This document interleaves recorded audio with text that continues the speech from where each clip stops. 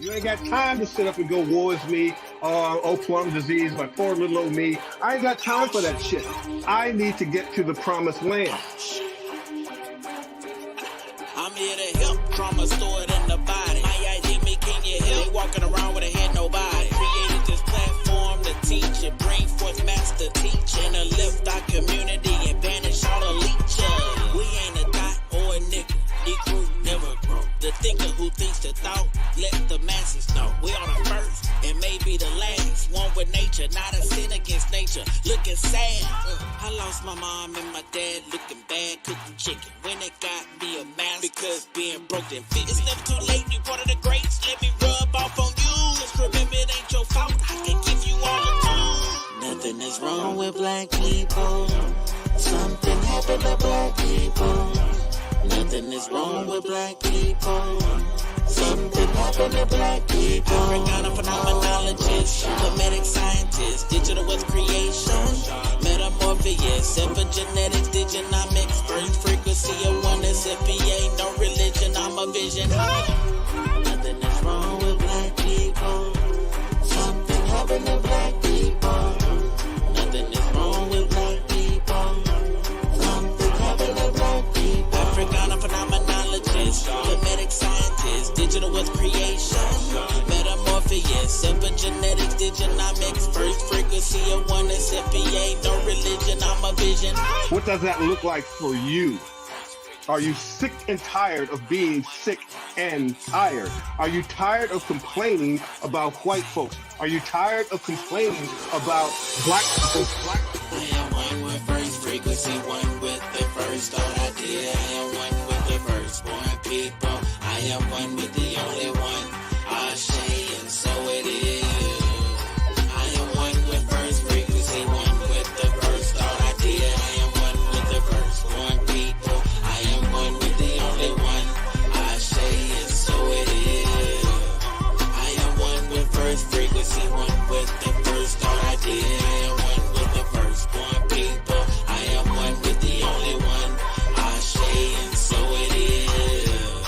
I am one with first frequency, one with the first thought idea. I am one with the firstborn people. I am one with the only one. Ashe, and so it is. Nothing is wrong with black people. Something happened to black people. Nothing is wrong with black people. Something happened to black people. Africana phenomenologist, comedic scientist, digital was creation, metamorphosis, epigenetics, diginomics, first frequency of oneness, FPA, no religion, I'm a vision. Nothing is wrong with black people. Something happened to black people. Nothing is wrong with black people. Something happened to black people. Rev shock. Rev shock. Rev shock. Rev shock.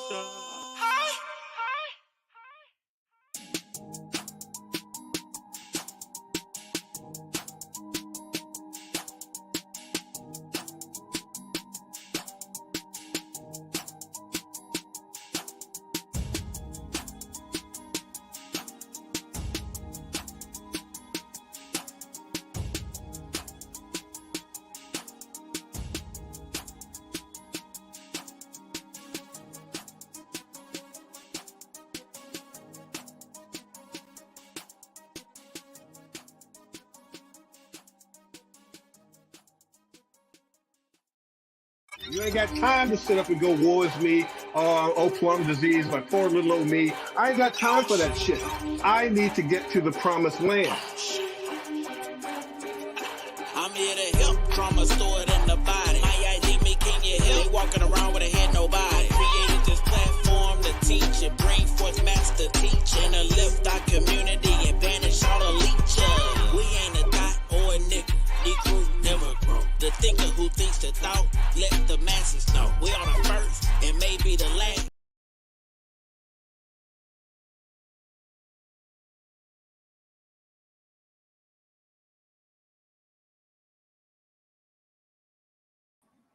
Yes, I'm Jamal. Greetings. Hamjambo Jama, which basically means in Kiswahili, greetings, kindred. My name is Ndugu Imani Nassau, or Brother Imani Nassau. I'm a member of Pan African Congress Movement, and we give thanks and honor you for joining us at our African Liberation Day 2023 launch event of the Grand, and the title of the theme, as you can see on the ticker, is the Grand African Renaissance Part 2. We are now going to have a drum call just to get the right vibration. I want to thank everybody who's joined us again, and also for those who are watching, who'll be watching the recording later on. But we're going to do a drum call to create the vibration and the energy for the all, the power and the ancestors, and then I'll bring everybody into all the panelists and our guests into the studio, and so we can greet each other and then continue with the rest of the ritual and the program for today. So again, Asante Sana.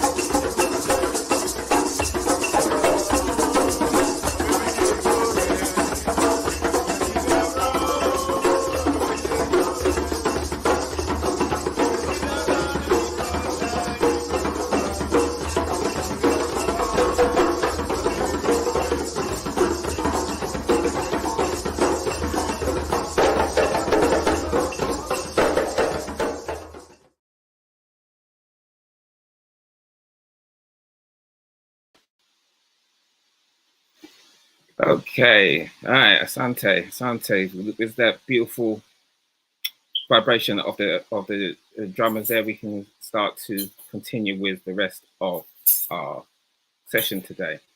So just wanted to check my sound. Everybody in the studio should be able to hear me. So I'm going to bring everybody in, bring our panelists in.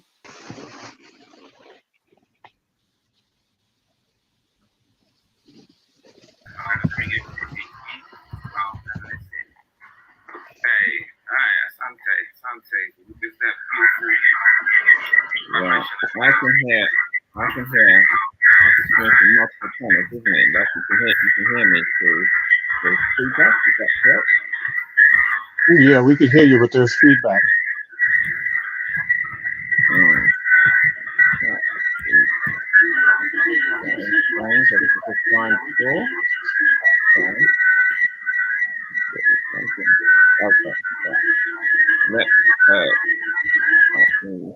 Just mute and take myself out of the stream for a second.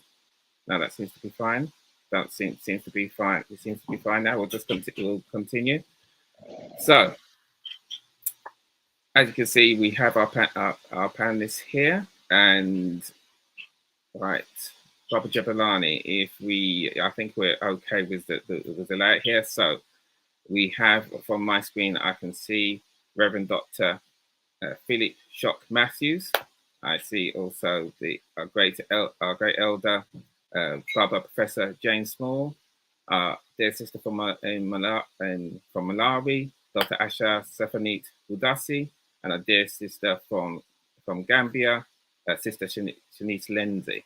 So greetings all, and thank you for joining us. And we're going to go into the rest of the ritual and the program. So we're going to now perform a ritual called Mabadali Kaya Nishati. So Baba Jabulani, are you able to bring up the slides, or do you need me to do that?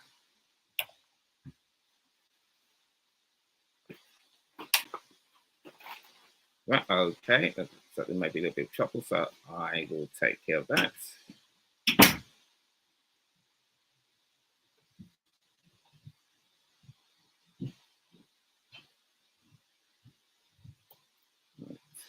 So that should be coming up on screen. Why now?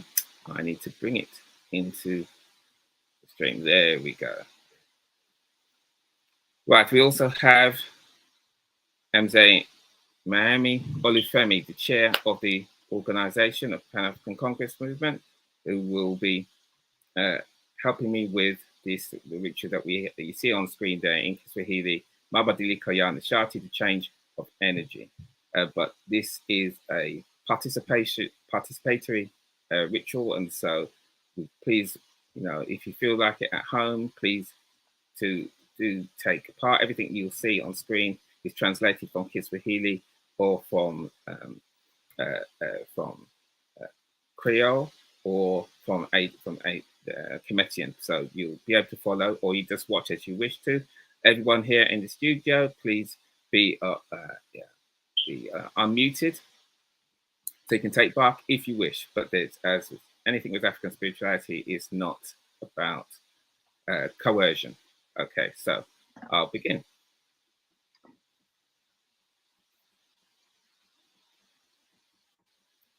Kubadilisha nguvu sasa tunawashukuru wote, mamlaka na mababu, kuuliza kwamba tuna uhusiano wa karibu na kwamba watasaida katika kuonyesha malengo yetu. Change energy, we now thank all the powers and the ancestors, thus that we have a closer connection with them and that they assist us in manifesting our objectives. And so that is the call and response. So as I say each line, we repeat Sisini Kitu Kimoja, which means, as you can see, we are one, or we are the same thing, because everything that we call upon, all the powers, the ancestors, they're not outside of us, they are part of us, and it's calling upon our own spiritual power. So I'll continue. Right. Ninaomba ya muumba awote. Sisini Kitu Kimoja. If you're off mute, Mama MJ Mami, you off mute. There we go. Ninamba ya Nebacha. Sisini Kitu Kimoja. Beautiful.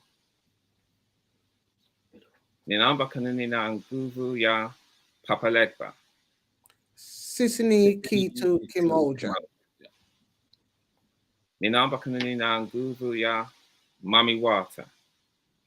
Sisini Kitu Kimoja. Ninamba kanina nguvu ya Shu. Sisini Kitu Kimoja. Ninaomba kanunina nguvu ya Tefnut. Sisini Kitu Kimoja. Ninaomba kanunina nguvu ya Nut. Sisini Kitu Kimoja. Ninaomba kanunina nguvu ya Paut Neturu, the Kemetic tree of life, the company or aspects of the all. Sisini Kitu Kimoja. And now we're giving thanks unto the all, our higher self, and the powers. We can call upon those ancestors, and we start with those in our direct bloodline. If we didn't have those came from our direct bloodline, we wouldn't be here. So we always remember them. So I'll begin. Ninamba, Babuya, Audrey Mae Kelly, Na Bibi, Ketra Reed.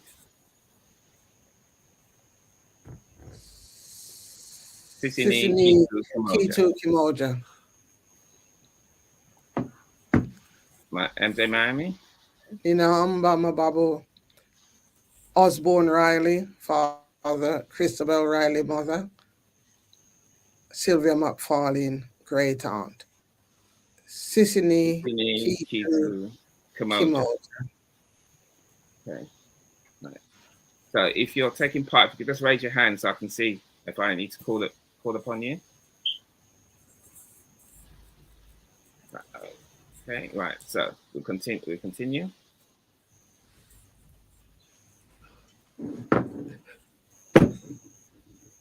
And now we give thanks unto those in our direct bloodline. We can give thanks unto those ancestors who we wish to call into our direct presence, who were always with us, but we know that we want them to be with us in this particular time, in this particular space, and we want their energy. So I'll begin. Ninaomba Waze, the Honourable Marcus Mazar Garvey, Amy Ashford Garvey, Amy Jacques Garvey, Marcus Garvey Jr., Baba Benjama, Baba Nana Bonsu, Mama Edwards, Patrice Lumumba, Thomas Sankara, and Queen Mother Moore, and Dr. Khalid Mohammed. Sisini Kitu Kimoja. MJ Mahami. Ninaomba Ya Santiwa, Sojourner Truth, Amilcar Cabral, Patrice Lumumba, Sisini Kitu Kimoja. Very beautiful. And now that we've given thanks to those ancestors who wish to call upon and inspire us, we call upon those ancestors who, unfortunately, we don't always know their names, or there's too many to mention. Ninaomba Mababuya Mangamazi. Sisini Kitu Kimoja. Ninaomba Mababuya Gulavita, Takivita, Asian Revolution, Haiti, Kingdom of Empire of Freedom, Kingdom of Haiti. Sisini Kitu Kimoja. Ninaomba Mababuya Watiya, First Nations of Australia, Papuans, Melanesians, Tasmanians, Indus Kush. Sisini Kitu Kimoja. Ninaomba Mababuya Wanachamaya, PACM, ASHA, MPLA, SWAPO, Universal Negro Improvement Association, African Communities League, Kenyan Freedom and Land Army, Black Panther Party, Self-Defense. Sisini Kitu Kimoja. Inamba Mababia, Mataifia, Aseti, Nubia, Kemet, Kush, Mikuria, Awa, Cuba, Shangamar Dynasty, Mosi, Zulu, Zimbabwe, Maroons, Caribbean, North America, and South America. Sisini Kitu Kimoja. Inamba Mababia, Watiya, the first civilizers, the first people, Khoisan, Twa, Nahutu. Sisini Kitu Kimoja. Ninawamba wanaishi ambao watatetea sisi, na wale mababu ambao bado hawajazaliwa. I call upon those living that defend us and those ancestors yet to be born. Sisini Kitu Kimoja. And we end on the words of power and vibration on the screen. So, Mzee Mami, would you please lead us? Mapenzi wote ni mapenzi yangu. Mapenzi wote ni mapenzi yangu. Hakuna mwanzo na hakuna mwisho. Hakuna mwanzo na hakuna mwisho. Naomba ufahamu wangu ya wote uendelee kukua. Naomba ufahamu wangu ya wote uendelee kukua. Nguvu zote kwa watu wetu. Nguvu zote kwa watu wetu. Anuk, amen. Anuk, amen. The will of the all is my will. There is no beginning and there is no end. May my understanding of the all continue to grow. All power to our people. I am, amen. Asante sana, Mama.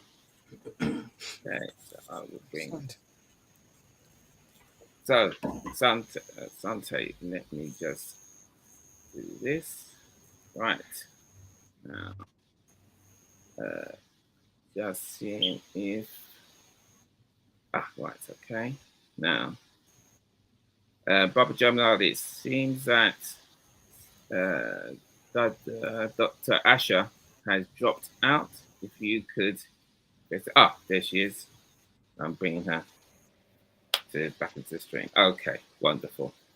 Okay, again, greetings all. Can we just do a sound check? Just to let you greet to the people, the audience. Hojep community, can you hear me?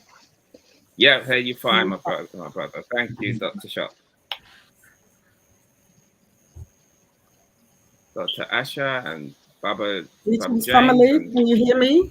Greetings. Yes, hear you beautifully. Yep, wonderful.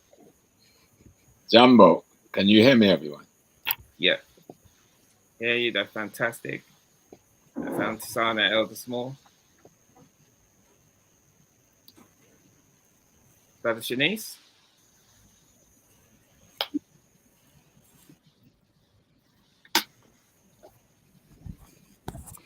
We can't quite hear you.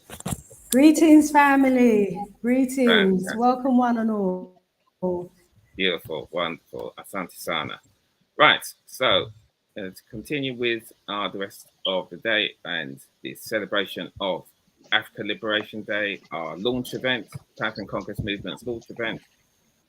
We're just going to show a presentation now just to introduce everybody and why we're here and what we mean by the Grand African Renaissance. So let me just present that.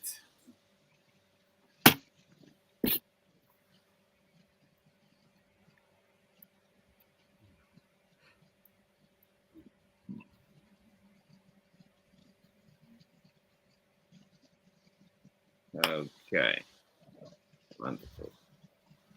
That should be all on screen. Everyone can see that? Yes. Yes, wonderful. Okay, right, we'll continue. So as you can see, Pan-African Congress Movement, African Liberation Day 2023, and the question that we are looking at today is, how do we support the Grand African Renaissance individually and as a people? So, who are the Pan-African Congress Movement? We are a revolutionary Pan-African organization holding to the principles and practice of race first. Revolutionary Pan-Africanism is the political expression which takes many forms, but always seeks to defend the humanity and sovereignty of the African masses of the world against domination and exploitation.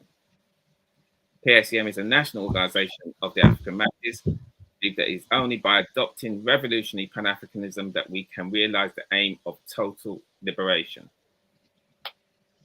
This year, we observe African Liberation Day at this launch event, and on Monday, May the 29th, at the West Indian Centre, 74 Carmel Road in Manchester, M13 0FB. And that's going to be from 12 p.m. to 9 p.m. and doors opening at 10 a.m. So if you are in the UK and you can reach, please do. And this year's theme, as you can see, is the Grand African Renaissance Part 2. So what is African Liberation Day?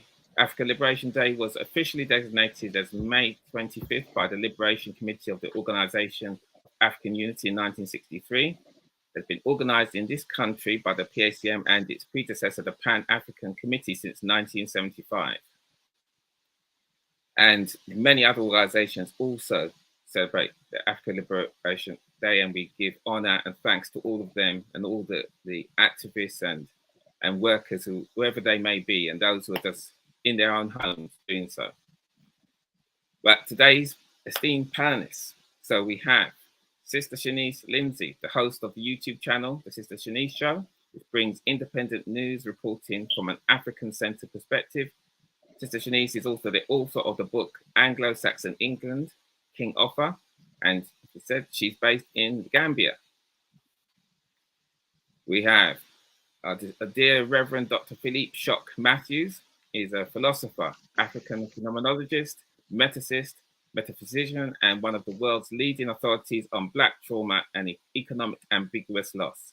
His best-selling book, Digital Nomics, introduced his walk-away wealth system and his 4 metaphysical frequencies and 4 traumas.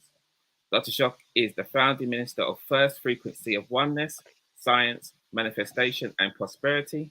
The community affectionately names him the metaphysical Morpheus. He is based in California on the west coast of the US. Dr. Asha Stephanie Wudasi is the founder of Living Your Best Life in Africa, an online side hustle and small business coaching service. Dr. Asha is an African-centered talk therapist and qualified therapeutic social worker with over 25 years in the profession. Dr. Asha is the founding member of community organizations like the Nyambingi National Council, the Southern African Nyambingi Council, Per Ankh Community Enterprise, and the Global African People's Parliament, all organizations with a keen interest in giving voice to the African self-determinatory activism. Dr. Asha continues to promote the importance of giving voice to marginalized communities and recently took her practice and vision to Malawi, where she now lives.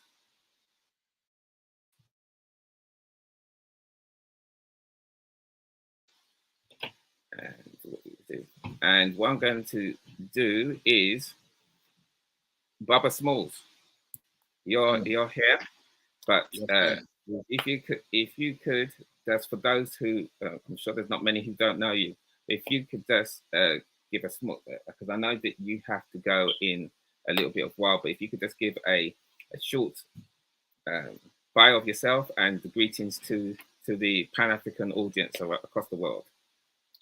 Yes, please. I'm Professor James Small. I'm probably the elder on the panel. Former Imam of the Muslim Mosque, Inc., founded by Malcolm X. Current Eastern Regional and International President of the OAU, founded by Malcolm X. As most people think we're too silent to be real. One of the founders and sub-chair of the Sons of Africa, and the former professor at the City University of New York. That should cover enough. I'm also an entrepreneur and an owner of the Sana Lodge Hotel in Cape Coast, Ghana, West Africa. That's Auntie Sana. And if you go onto the description in YouTube, you'll see that and more about the elder there. Okay, wonderful, Auntie Sana. So on Monday, we'll be having reasonings on the topics of mental health and youth. And also the keynote speaker is Ndugu Robin Walker, and Brother Robin, or Ndugu Robin is an educator, publisher, and founder of The Black Secret, which is the most detailed Black history and African heritage education program in existence. The title of his lecture will be The New Renaissance in Black History Research, How the Study of Black History Has Changed Since the Age of Aquarius. So, Grand African Renaissance. The PACM is promoting the theme of the Grand African Renaissance for a number of successive ALD conferences. So last year we started, so this is why it's part 2 this year. And what do we mean by the Grand African Renaissance? We mean the following. Since the Persian invasion of Kemet, ancient Egypt and Sudan in 525 BC, there's now been a slow but steady loss of our way for Africans globally. By loss of our way, we mean in terms of moving away from our authentic African culture. Hence, we are losing who we truly are in terms of spirituality, languages, economics, politics, health, entertainment, education, labor, law, sex, and war. And as we can see, we got 9 of those categories from our dear elder and scholar Neely Fuller, and there's his book there, the Independent Code for Victims of White Supremacy. If you haven't got it, it's very hard to get sometimes now. It's definitely worth it. It's a classic you must get. The foundation of authentic African culture is communalism. In Africa and everywhere we migrated to, we use communalism to organize our societies. Communalism is where property was collectively owned, people were the custodians of land, not owners, work was done in common to benefit all, and goods were shared equally. Further, Africans kept to the African constitution as described by our great ancestor, Chancellor Williams, you can see there, in his book, The Destruction of Black Civilization, Great Issues of Race from 4500 BC to 2000 AD. This constitution guided Africans to have practical societies. They followed natural laws so that order and justice prevailed, as the societies would not have survived if they did not. The governments were of the people, by the people, in practice, not in theory and in intention only, as explained by the elders Chancellor Williams and Mfugishi Jitimus Ka Nharu Kasan K. Salim. The African constitution had the following essential features. Our main love was the worship of nature, the creator, the all, for self-perfection, as nature is science and we learn through self-understanding. We were monotheistic. We believed in the principle of the all. In other words, the oneness of the hidden, absolute, and formless creator. We had no guilt of our existence and no original sin. We had an optimistic view of existence. We believed in the laws of reciprocity and truth and harmony, balance, natural order, and love of the all, which is the nature or the creator, known as Ma'at. We believed in the ancestors and the spirit world as part of the whole. The constitution developed in leaderless, chiefless societies, where the elders were the oppressors or the overseers of land distribution to families. The people were the first and final source of power, as we were all recognized as sparks of the boundless creator, the all. The rights of the community were superior to those of any individual, including royalty, leaders, and elders, etc., both male and female. Royalty, leaders, and elders were under the law, not above it. Royalty, leaders, and elders were the elected representatives of the people and instruments for executing their will. Government and the people were one and the same. The family was recognized as the primary social, judicial, economic, and political unit in societies. The elder of each extended family was its chosen representative. The elders made decisions in councils. The leaders must remain silent during the council debate, as the decision was the will of the people. Each family had a right to land to meet their needs, which was free of charge, which was passed on to their descendants forever. All monies, gifts, taxes, and other forms of donations to the leaders still belong to the people for their relief or aid in times of need.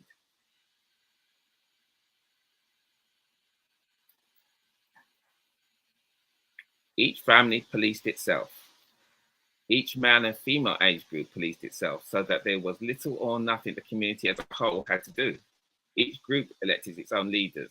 These met with other age group leaders on community matters that cut across the age group lines.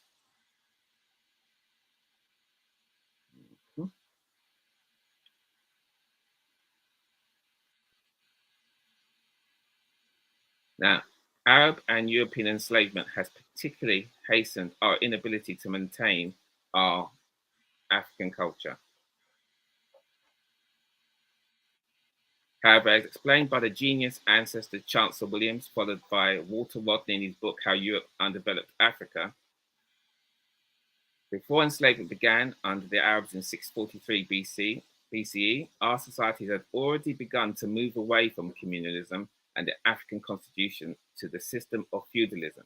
There you can see the seminal book by our great elder, Walter Rodney. Feudalism is the social organization in which royalty owned the land, not the people. The royalty gave leaders and chiefs land in exchange for their military service. The people were turned into tenants of the leaders and chiefs and had to live on their leaders' land and pay them homage, labor, and a share of the produce in exchange for military protection. If they refused, they could leave and start their own community, but in retaliation, their leader could make war upon them and turn them into prisoners of war. Further, in this period, prisoners of war were enslaved. Although they kept their identity, humanity, and their condition was not permanent. The difference between that idea of enslavement and that and of chattel slavery. The adopting of feudalism and slavery was caused by focusing less on self-perfection and more on satisfying material desires, external attacks from foreigners, and environmental changes like desertification, both of which led to migration to protect ourselves. But each time we migrated, we remembered a little less. This move to a moral form of society over thousands of years weakened our civilization so that over centuries, our enemies could take advantage of our weakened states, enslave us, impose colonialism, and later neocolonialism.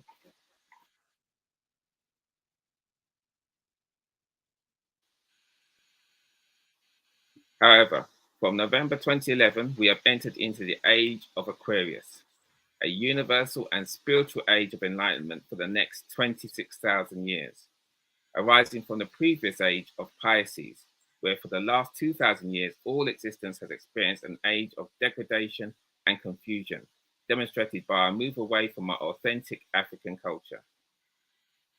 So this new age of Aquarius will bring enlightenment for those open to it, but our world will see seismic change and upheaval in all areas of life. For example, the last 3 years.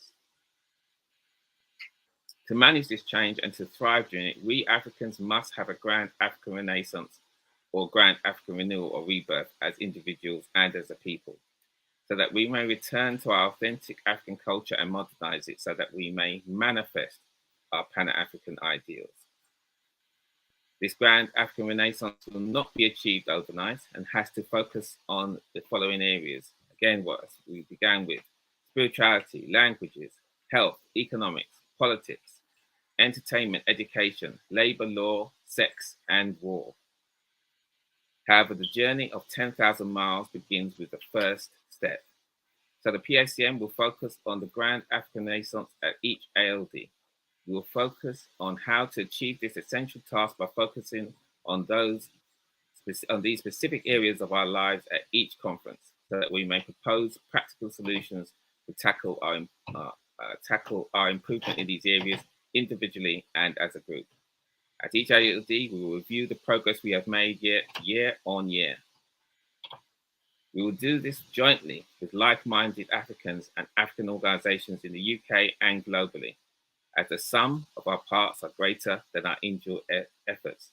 Hence, this panel that we have today to discuss the topic. Nguvu zote kwa watu wetu, hakuna mwanzo na hakuna mwisho. All power to our people. There is no beginning and there is no end. Okay, asante sana, everyone. So I am now going to enter the full screen. So that gives you what we are talking about. And I believe that Sister Shanice is having a little problems with her feed, and I'm going to bring her back into the stream. And let us get this out, remove. Right, there we go. So we are discussing how do we support the Grand African Renaissance, both individually and as a people. So this is a discussion after that presentation, so we're all on the same page by what we are meaning by that. But I throw that open to the panel to start. But I know that Elder Small has already given his apology because for other reasons that he can't stay with us too much longer. But we'll take the benefit of his wisdom and of his dedication to us all for being here. And first, I'll start with you, Elder. So, how do we support the Grand African Renaissance, both individually as a people, as a people? What would you like to add to that, to our concept, and where do we begin? How should we start? Well, first, let me thank you for the outline of the Constitution and the wisdom. The key thing is we must learn our history. You can't reestablish something if you don't know what it is, what it has been. So history is absolute key. And when we're talking about the rebirth, we don't want to just establish something that is mimicking someone else's society. We want to recreate ourselves. We want to give birth, rebirth, the African. And in all of our forms, and you outlined very beautifully all of the constitutional, the ethical, the moral, the societal elements that made up our family and made up our community. That's not going to be easy, because to establish the things that you've just displayed, we are going to have to discard other people's religion. That's one of the first things we're going to have to do. Religions have little to do with God, other people's religions. Those religions has to do with social orientation towards someone else's culture. And we cannot reclaim our culture while still infested and contaminated with someone else's culture. Other person's culture is an infection in our psyche, an infection of our consciousness. And in order to get rid of it, we must make sure we study our history. A hairdo, a dress, or booba, a dance does not make you an African. Those are tools of our culture that teach us concepts, ideas, and principles. But they're little pieces, tiny little pieces. What you've outlined for us leading into my speaking, that's what we have to rebuild in ourselves, in our family, and our society.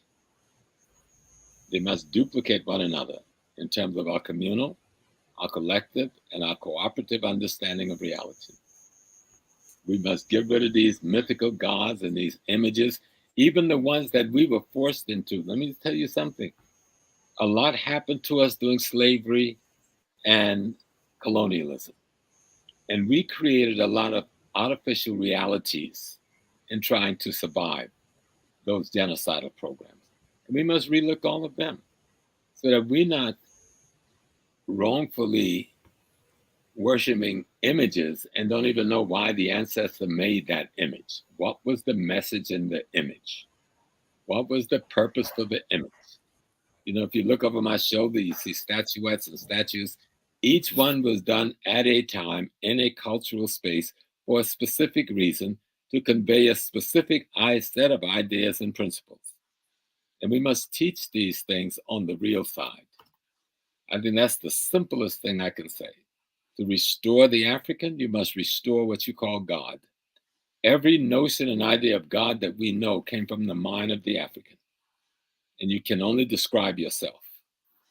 So without anybody feeling set upon, because we've taken other people's religions and culture and we've made it work for us best we can, because we didn't have much choice. But we have choice now. Over the centuries, different ancestors have opened doors and opened cabinets in our minds that lead us back to ourselves. So we have choice. We can find our mothers. We can find our fathers. We can learn their personality. We can learn their character. Nature is only one part of our being, the whole cosmology and nature itself. Everything knowable and unknowable. All of it without boundaries.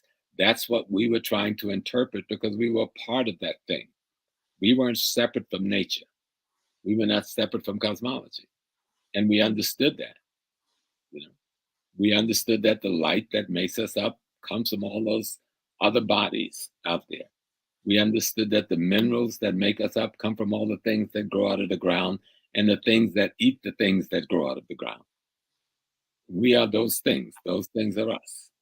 And our culture was built around an understanding of that interrelationship to the everything. And we've got to not be afraid to go back. I don't have anybody else's religion. Even when I was a Muslim, I wasn't a Muslim, but I won't go into that. I did what I thought was politically appropriate, but everybody who knew me knew what I was and who I was. So religion is somebody else's cultural way of interpreting reality. Let's find our cultural way of interpreting reality. History erases their mystery. We must interpret the history for ourselves. We must reconstruct as we learn the cultural nuances of the ancestors.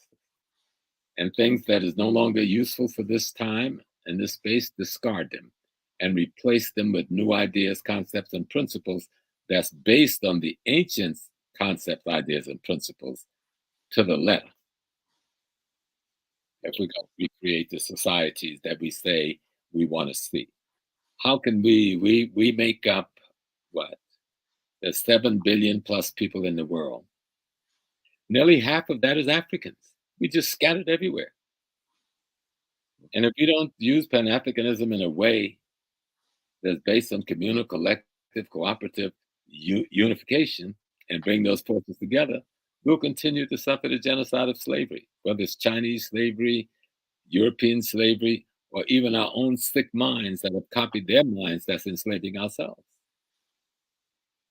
So I want to be whatever the first, when nature and cosmology decided it would be human, it created an African woman. That's what I want to be.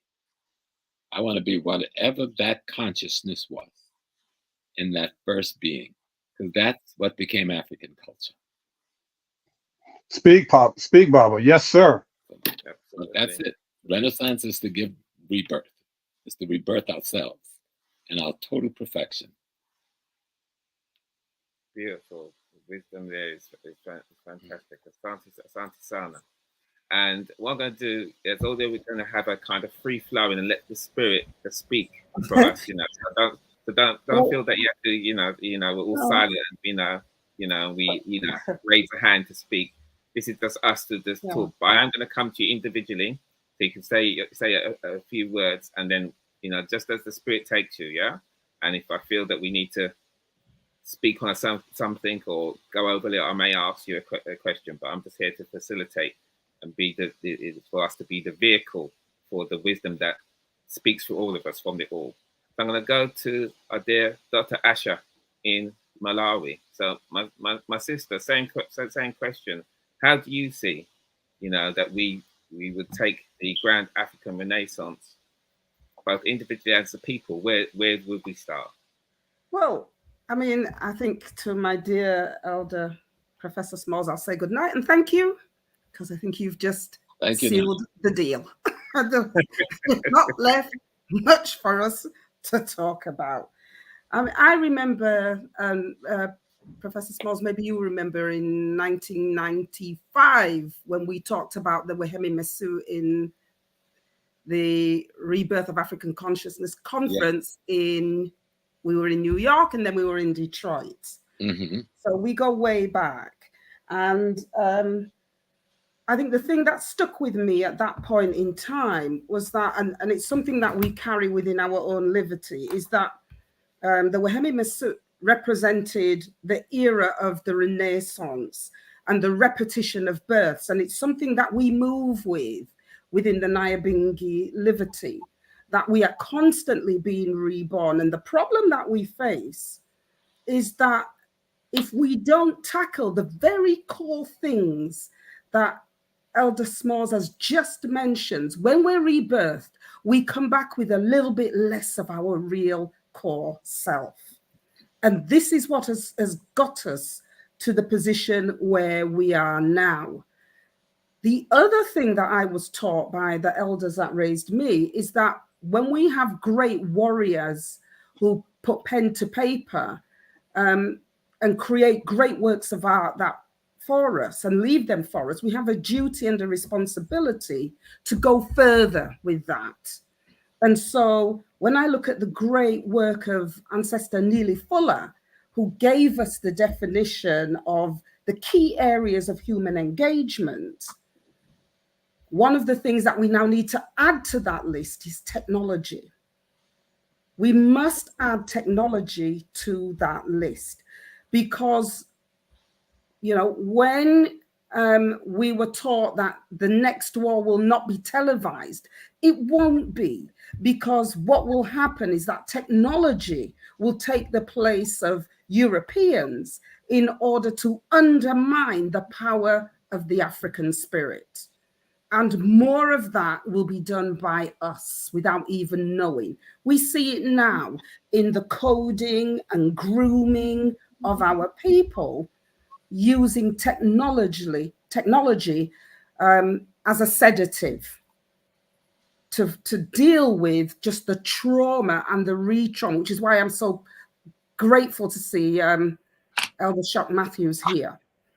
You know, that the use of technology now to soothe trauma and to replace those responsible for trauma with entertainment and, you know, short, sharp fixes of gratification, instant gratification, all of which are problematic for us, because then when we are reborn with a little bit less of ourselves. And so in order to try and address this, I always remember his name has just gone out of my Wade Nobles. Oh, yeah. Mm-hmm. Elder Wade Nobles, who said, you know, all we need to do is put some Africa in the water. Mm-hmm.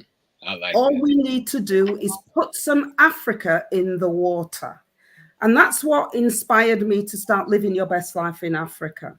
Because I think when when we have a profile and a platform, and again, this is why I admire Sister Shanice so much, because when you have that platform and that profile, we have to show our people that when you start to inject your humanity into your veins, you will not die. You will live.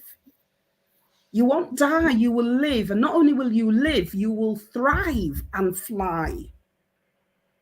And so part of the emphasis of the work I do is to encourage people to buy back their lives from this toxic culture that we live in. Buy back aspects of their lives and take that thing that they buy back, that time, that effort, that energy, and visit, long stay, or live on the continent or a hot African country of their choice or their dreams. Because the moment we start to do that, we get an opportunity to reconnect with Mother Nature, with our own natures. And we begin to commune in a way that we cannot do in these hostile and toxic cultures. So I'll say that, and I'll leave the floor for others. Thank you. Asante, beautiful, beautiful. Sana. And now I'm going to go to see if we've got a perfect spot to talk to our dear brother, Reverend Dr. Philippe Shock Matthews, the metaphysical Morpheus, because when we talk about technology, he's the brother to talk to. So please, brother, please, my brother. Well, please. thank you so much. And my goodness, Goddess, Asha, and God, or Amma, Professor James Smalls, that was so on point. I don't really have much to contribute anymore. I got my hair done and everything for this, but y'all took it all to the next level, so, sorry if my due is not right today, but to understand who we are as a people, James said that we must know our history, and he's absolutely right. But the one thing that we must know when I do this research, I went back to school, got a PhD, so I can take a deep dive into the research aspect and study of my people and how to liberate my people, how to liberate myself and my people. And so as I take this deep dive into what this framework I developed, known as the 4 frequencies and the 4 traumas and the 4 histories, we have to understand that we are genetically encoded as a perfect people. Now, what do I mean by that? This is not about self-esteem. This is not about feeling good about ourselves. This is science. So what I wanted to do is prove scientifically that we are the best of the best, that we're undefeatable, unrepeatable, and we are what I call the first frequency. We are that first thought, that first idea of the creator, of Amma, whatever terminology you choose to apply to the allness and to the greatness. That's us. And so what does that mean? It means that no matter what they, second frequency, the European, the Amu, no matter what they have done to us, no matter what they will continue to do to us, we will always prevail because we are genetically encoded people to survive and be here. Now, here's something else that the science is teaching us.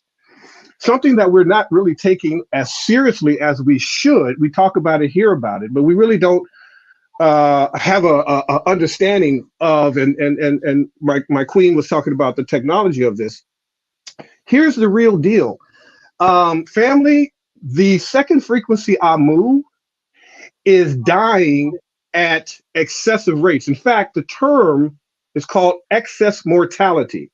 Excess mortality is when a group of people die off over and above natural causes.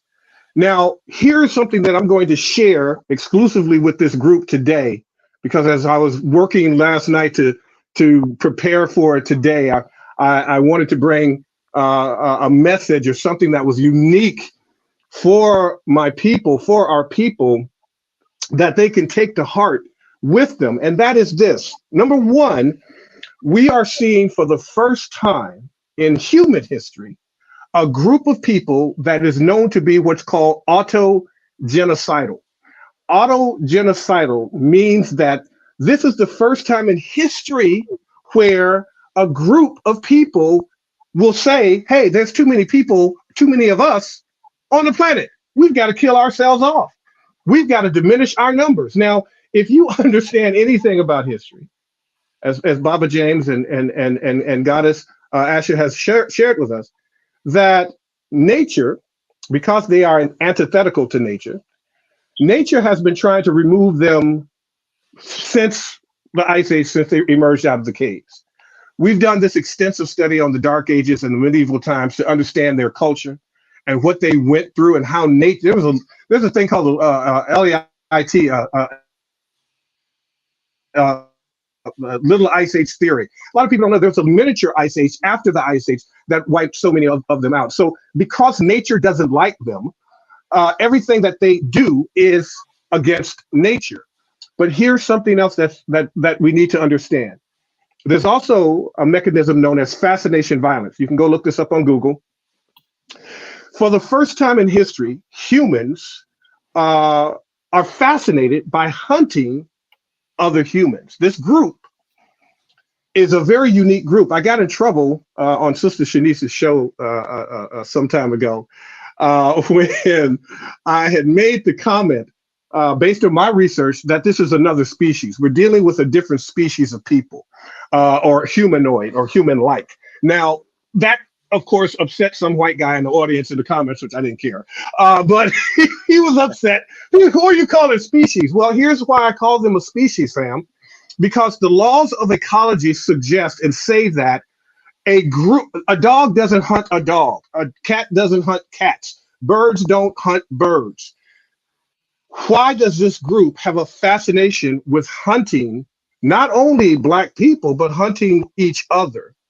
So my suggestion, based upon this research, is we have to be prepared for what Dr. Francis Cress Welsing had been talking about forever, and that is genetic annihilation, the extinction protocol of a group. Now, the powers that be, the elite, they kind of know they're at what's called a birth dearth. They're meaning that for every one of them that dies, 6 to 8 of them are not born. What does that mean? That means that they cannot recover.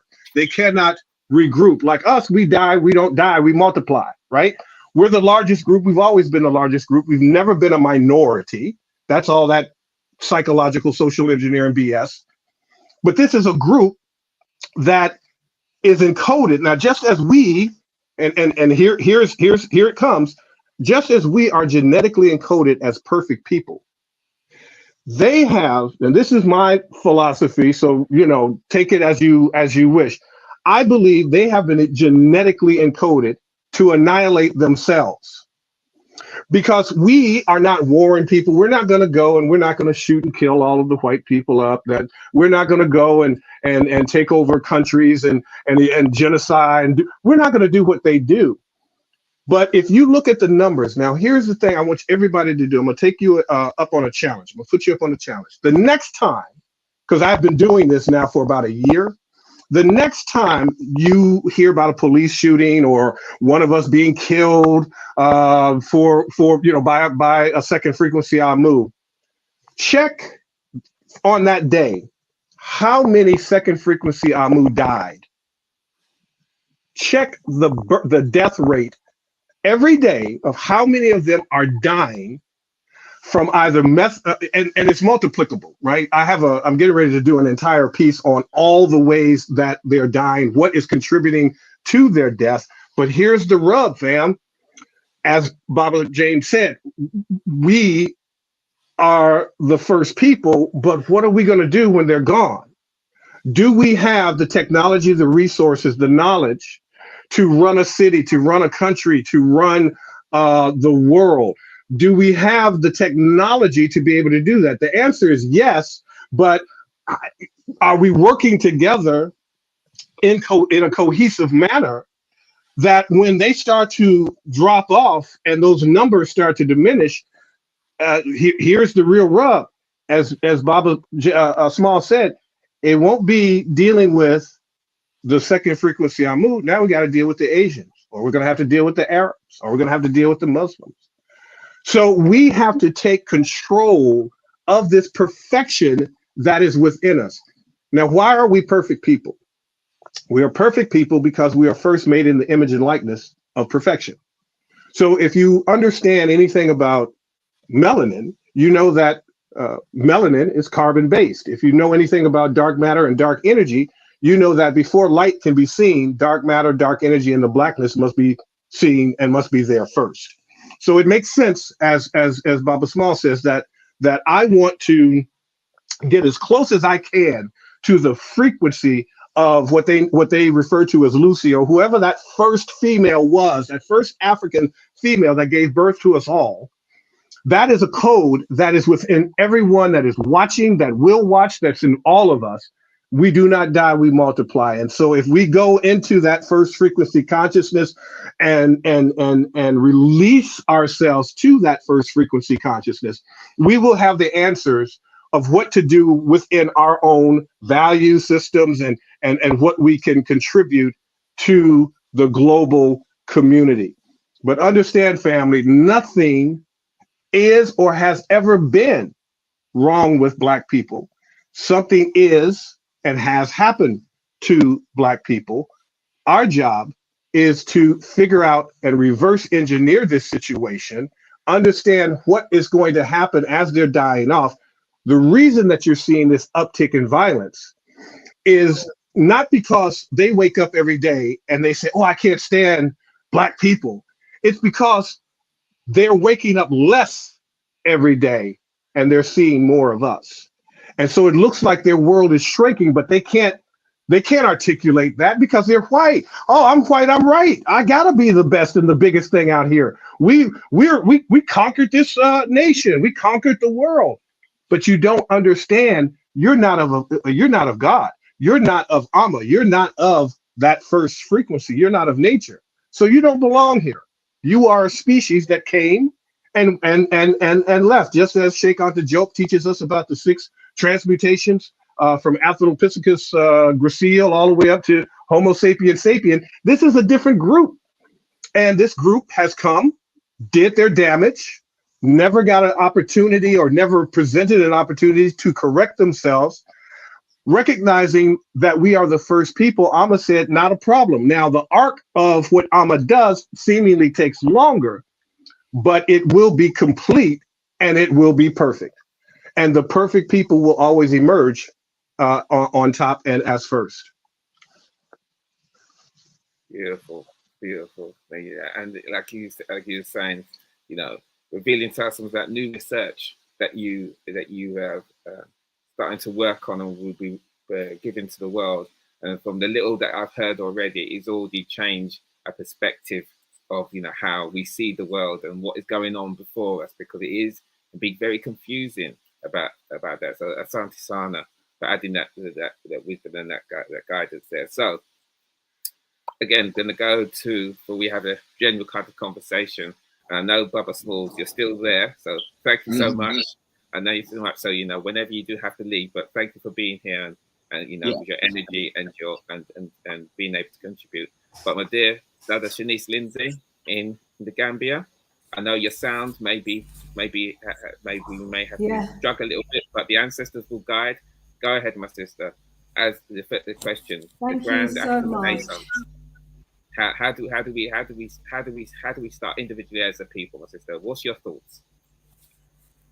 Thank you so much, first of all, for inviting me to be on this platform with our wonderful, wonderful other panel members. I want to rise up all of the people in the audience who are busily messaging us via YouTube. I did manage to find out how to stream via my channel as well. Thanks, RevShop, for that. So, yeah, also streaming via the Sister Shanice show. It's always so difficult when you go last, isn't it? Yeah. But I want to thank, you know, my co-panelists for the contribution that they've made so far to the conversation. Yourself in the opening in terms of the history, you know, taking us through those awful dark hundreds of years of our enslavement, through to where we are. Professor James Smalls, absolute honor and privilege as well to be on the platform with yourself, and absolutely agree about the importance of our history and how it is that all of us need to be aware, and why we all need to be aware of our history, because if we were aware of our history, we would know how great we really are as a people. Despite all of what has been fed to us and communicated to us and is being downloaded to us on a daily basis, we would know our greatness as a people. I want to rise up Sister Asha as well. And I agree with you, we won't die. We won't die as a people. You know, I believe that first and foremost, we are spiritual beings having a human experience, and our spirit doesn't die. our spirit is just waiting for us to wake up so that it can communicate with us what we need to do during the here and now. But there are so many distractions that are put in the way and blocking that spiritual kind of communication flow, that most of us are disconnected from our spirit and don't know why it is we're here and what our purpose is. And therein, in the spiritual realm, Dr. Philip Schock, rise up to yourself for all the works that you're doing on the 4 different frequencies and, all of the traumas that we've been suffering. And our traumatic suffering seems to be, on a daily basis and over our journey has taken on different forms, different shapes, because the trauma is also part of the design to keep us distracted so that we don't connect with our spirituality and our spiritual self. Because when we were a people, when we were living the wonderful kind of, in a wonderful sort of society that Professor Smalls outlined for us, we had time to study the cosmos. We had time, to philosophize. We had time to invent and be creative, because we had time to be in tune with the spiritual side of us, the invisible. And it's from that invisible realm that actually exists. And we know it exists because in the invisible realm, you've got the radio waves, the microwaves, and all these other waves that scientists, the new scientists of today, are able to tap into to make, TVs work without plugging into an electric socket. They're able to make helicopters fly. They're able to make cars drive without conventional fuel, because in the cosmos, there are other waves and frequencies that we can tap into that we are not tapping into today because of the distraction and the trauma that's being, downloaded into our minds and in front of our eyes, and that we're picking up through their televisions on a daily basis. And so if we do get to that place, Reverend Schock, where they do are actually diminished because, their population nature has done what it needs to do with them, we will indeed thrive again as a people. And even, in recent history, where we've had the opportunity to prove as a people that if we're left alone, we can achieve so much. When we think of what Kwame Nkrumah managed to achieve during the short number of years when he was president of Ghana, when we think of what Maggie Foley was able to achieve in his short number of years when he was president of Tanzania, when we go to America, we think of Rosewood and the Black Wall Street and what we were able to achieve when we were just left alone.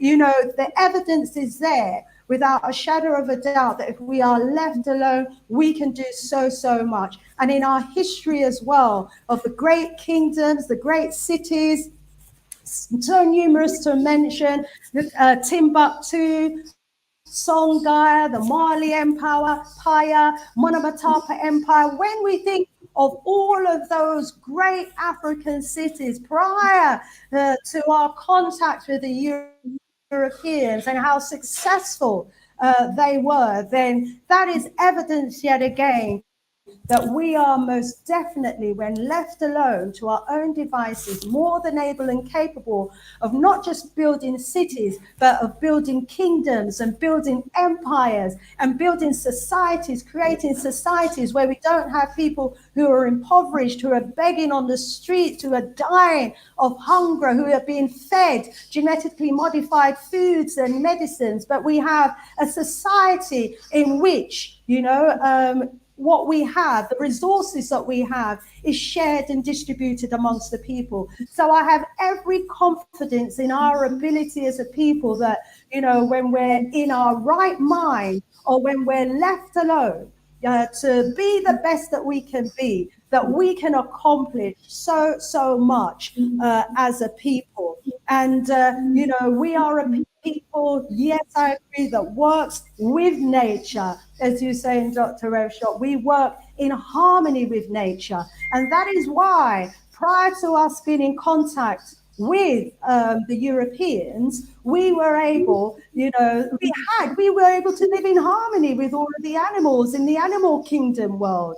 The insect world thrived, the animal kingdom thrived, the marine life thrived. Look now that we're not in control. The animals, they need us to get back into control, because here they are, gaming them and hunting them to virtual extinction. So we need to get back into the position of power. We need to get back into our right minds in order for us as a people to be in control of our lands, the animal kingdom on our lands, the marine world that surrounds our lands, the insect world, the bird life. They are all waiting on us. And so, when I think of African Liberation Day, and as I did my preparation for African Liberation Day, I was going through the history, and what a formidable works those early Pan-Africanists did. What they were absolutely formidable. They had an energy and they had a zeal for freedom, family, that if they didn't have, we would not be enjoying the relative little freedom that we're enjoying today. So what we have to wake up to is a reality that we have a work to do today so that our children can enjoy a better standard of living and a better life tomorrow. Because if we want Africa to be transformed tomorrow, then we've got to be doing that work today. We've got to make it a mission to be working towards the transformation of Africa into the new phenomenal powerhouse that it can be. And therein lies, the grand renaissance from within us first and foremost, and we've got to bring that out. There's so much more I can add, but let me pause there for a while to allow someone else to come in, and then I will come back. Beautiful, beautiful. Elder Small, I saw Yes, your message. To my queens and the kings, I'm sorry I have to leave. I've got to make a quick medical appointment, but I'm so honored. This is so beautiful, and I'm just learning and feeling all this energy. But keep teaching. You're absolutely right, my sister.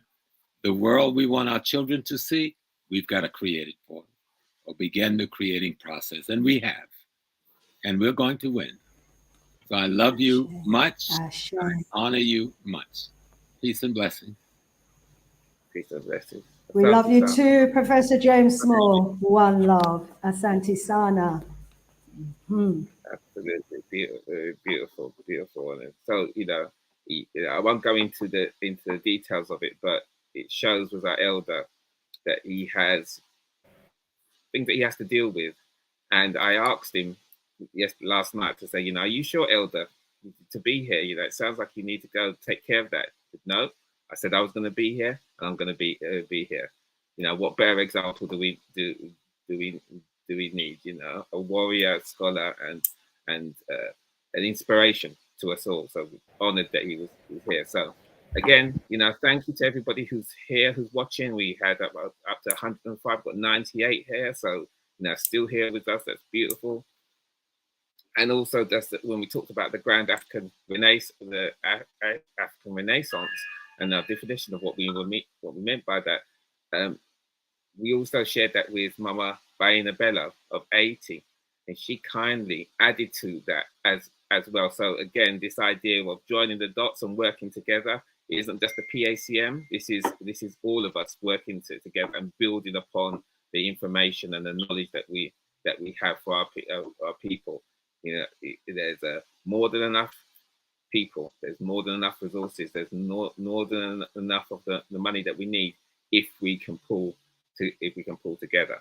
So just to open up the discussion among ourselves and just take a point forward. You were saying you were saying that this. Oh, who's speaking?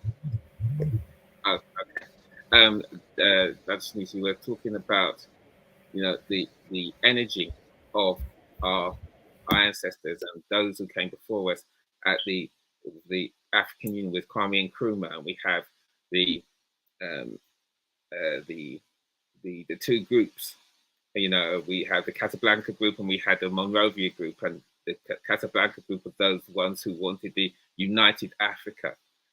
And just taking on that point, you know, that so many, you know, chose not to go that way and wanted to keep to the lines that the Europeans had falsely placed across Africa and keep to their own, you know, selfish, you know, ideals of, you know, the little bit of power that they think they have under the auspices of somebody else's design. You know, we have, you know, as it says in the title about individual and as a people, and in practical steps, just us talking, and you know, we've had some brilliant examples or wonderful examples, but is there people first, or individuals, or at the same time? Because it can seem so large, we have to achieve.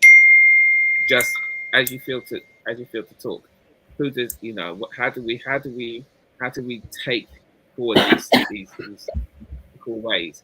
You know, is it our people have to move as one, or, you know, does it start with us first and then we move from there? Who wants to speak on that? Yeah, Well, I'd like to speak. Well, I'm sorry. Go ahead, Doc. Yeah, I yield to you. back on that for a moment. Just to say that, you know, it's taken us a long time to accept that we're not going to be able to take all of our people with us. They are. We're going to have to leave some of our people behind, because some of our people are wedded. They are more in love with European culture and values and all of that stuff. And I mean in love to the point where they rebirth it better than Europeans themselves. Yes. And that causes us to have to redefine what African unity means, which is the question you're raising, Ndugu Imani. You know, that when we talk about African unity, we are talking about groups, we're talking about individuals, but we're not talking about everyone. And some of those people may even be in our own families, where we're going to have to leave them for now. Because some of our people have been taught to only associate with African success. They want to see us successful, and that success is defined by European terms and conditions. And so they will fight against their own interests and slit their own throats in defense of their love for the poison that they consume every day. And so we have to redefine what unity is, and we have to accept that we're not going to be able to take all of our people with us yet. You know, part of the work is about freeing those minds. And as Professor Newton used to say, free those minds so their black behinds will follow. And some of that work is going to have to be done with them in a way that they can access. And that's where the unintended consequences of COVID and of technology, which was never meant to provide any liberationary access for Africans, is now doing that some of that work. And Ndugu Robin Walker will speak about that on Monday. But we have to accept that now we're going to see, instead of trying to unify everyone, it's not either or, it's both and. We must try to unify everyone, but we must also work on unifying each other where we are, and then join up the dots. Join each other up. Use technology, use opportunities to commune on the continent, to join each other up, so that, you know, we can meet each other from the different corners where we are and commune and get some of that rich lifeblood that we are all craving. Absolutely, absolutely. you know, is I remember that Mzee Mfudishi was said in his lecturing and in teaching that some of us, as you said, are so in love with the trappings and with the culture and the aspects and wedded to it and can't see anything else but that when we talk about revolution, when we talk about changing, there's a guttural, visceral rejection of it, because they know that to change that and to destroy that means to destroy that which they love. And it's not, you know, so they find it hard to even concept of giving that up, because the revolution and the change does mean taking, you know, destroying the edifices that we live with now and the constructs of our mind, which our dear Dr. Shock so brilliantly talks about. We've got the second frequency, but there's, you know, again, on that is that issue, you know, just as we're free to talk, you know. So who wants to just jump in and speak? I think Elder Dr. Shock, you were gonna speak. Sure. Thank you, beloved. And thank you for that, Dr. Asher. You're absolutely on point. And you know, I usually joke and say that, do you remember when you were a kid and your mom used to say, you know, if Joey drives his bike off the cliff, are you going to drive your bike off the cliff with him? We're in a situation now where we don't have a bike. We're on Joey's handlebars. And so if Joey goes off the cliff, it's our ass first. That's face down. You understand? So a lot of us, some of us are going to be forced to wake up. Because it's going to happen where there's going to be a massive choice. You either go down this road or you're going to go down this road, and this road is self-destruction. But a lot of us are not, as she said, we're not going to make it, but it's enough of us will. That's the other great part, right? Because again, we don't die, we multiply. Now, I learned, talking about technology, I learned that there are 4 billion Black people on this planet right now that have access to cell phones. So 4 billion of us have access to technology and a cell phone right there. Our job, technologically, moving forward as a people, is for all of us to be on those 4 billion cell phones. That's our Harriet. The technology is our new Harriet Tubman quilt. Okay, it's our map to be able to connect to each other, to be able to share our B1 code with one another, and all the things that we use within our culture, within our group, and how we communicate. But yes, a lot of us will not make it because as I look at Africa, there's a show on Netflix called it's called Bling Empire or something like that, and it's a bunch of very wealthy, young, affluent Africans that are more European than African. It just happens to be shot in Africa, but they are dressed to the nine. Nothing they have on represents us, and nothing that they're talking about represents us. So there's going to be this infusion where, you know, I call myself part of the old school because I'll be 60 in a few years. So there's this infusion of the old school with this new school, but each generation, a little bit of the history for the new generation is lost. And that is the only thing that second frequency has to go on, is that if they can continue to erase our memory, then the young people coming up, the old people are going to be too tired to do anything. And then the young people come up and they're still in that system. Well, if you read the paper that I wrote called Race Technology, and I did 2 episodes on Sister Shanice's platform on race technology, we now have an understanding of how racism, white supremacy, how it duplicates, how it replicates, and how it's a self-generating machine. So that being said, now we can reverse engineer it. We can interrupt that signal. Black people, we are not corrupt. Black people are not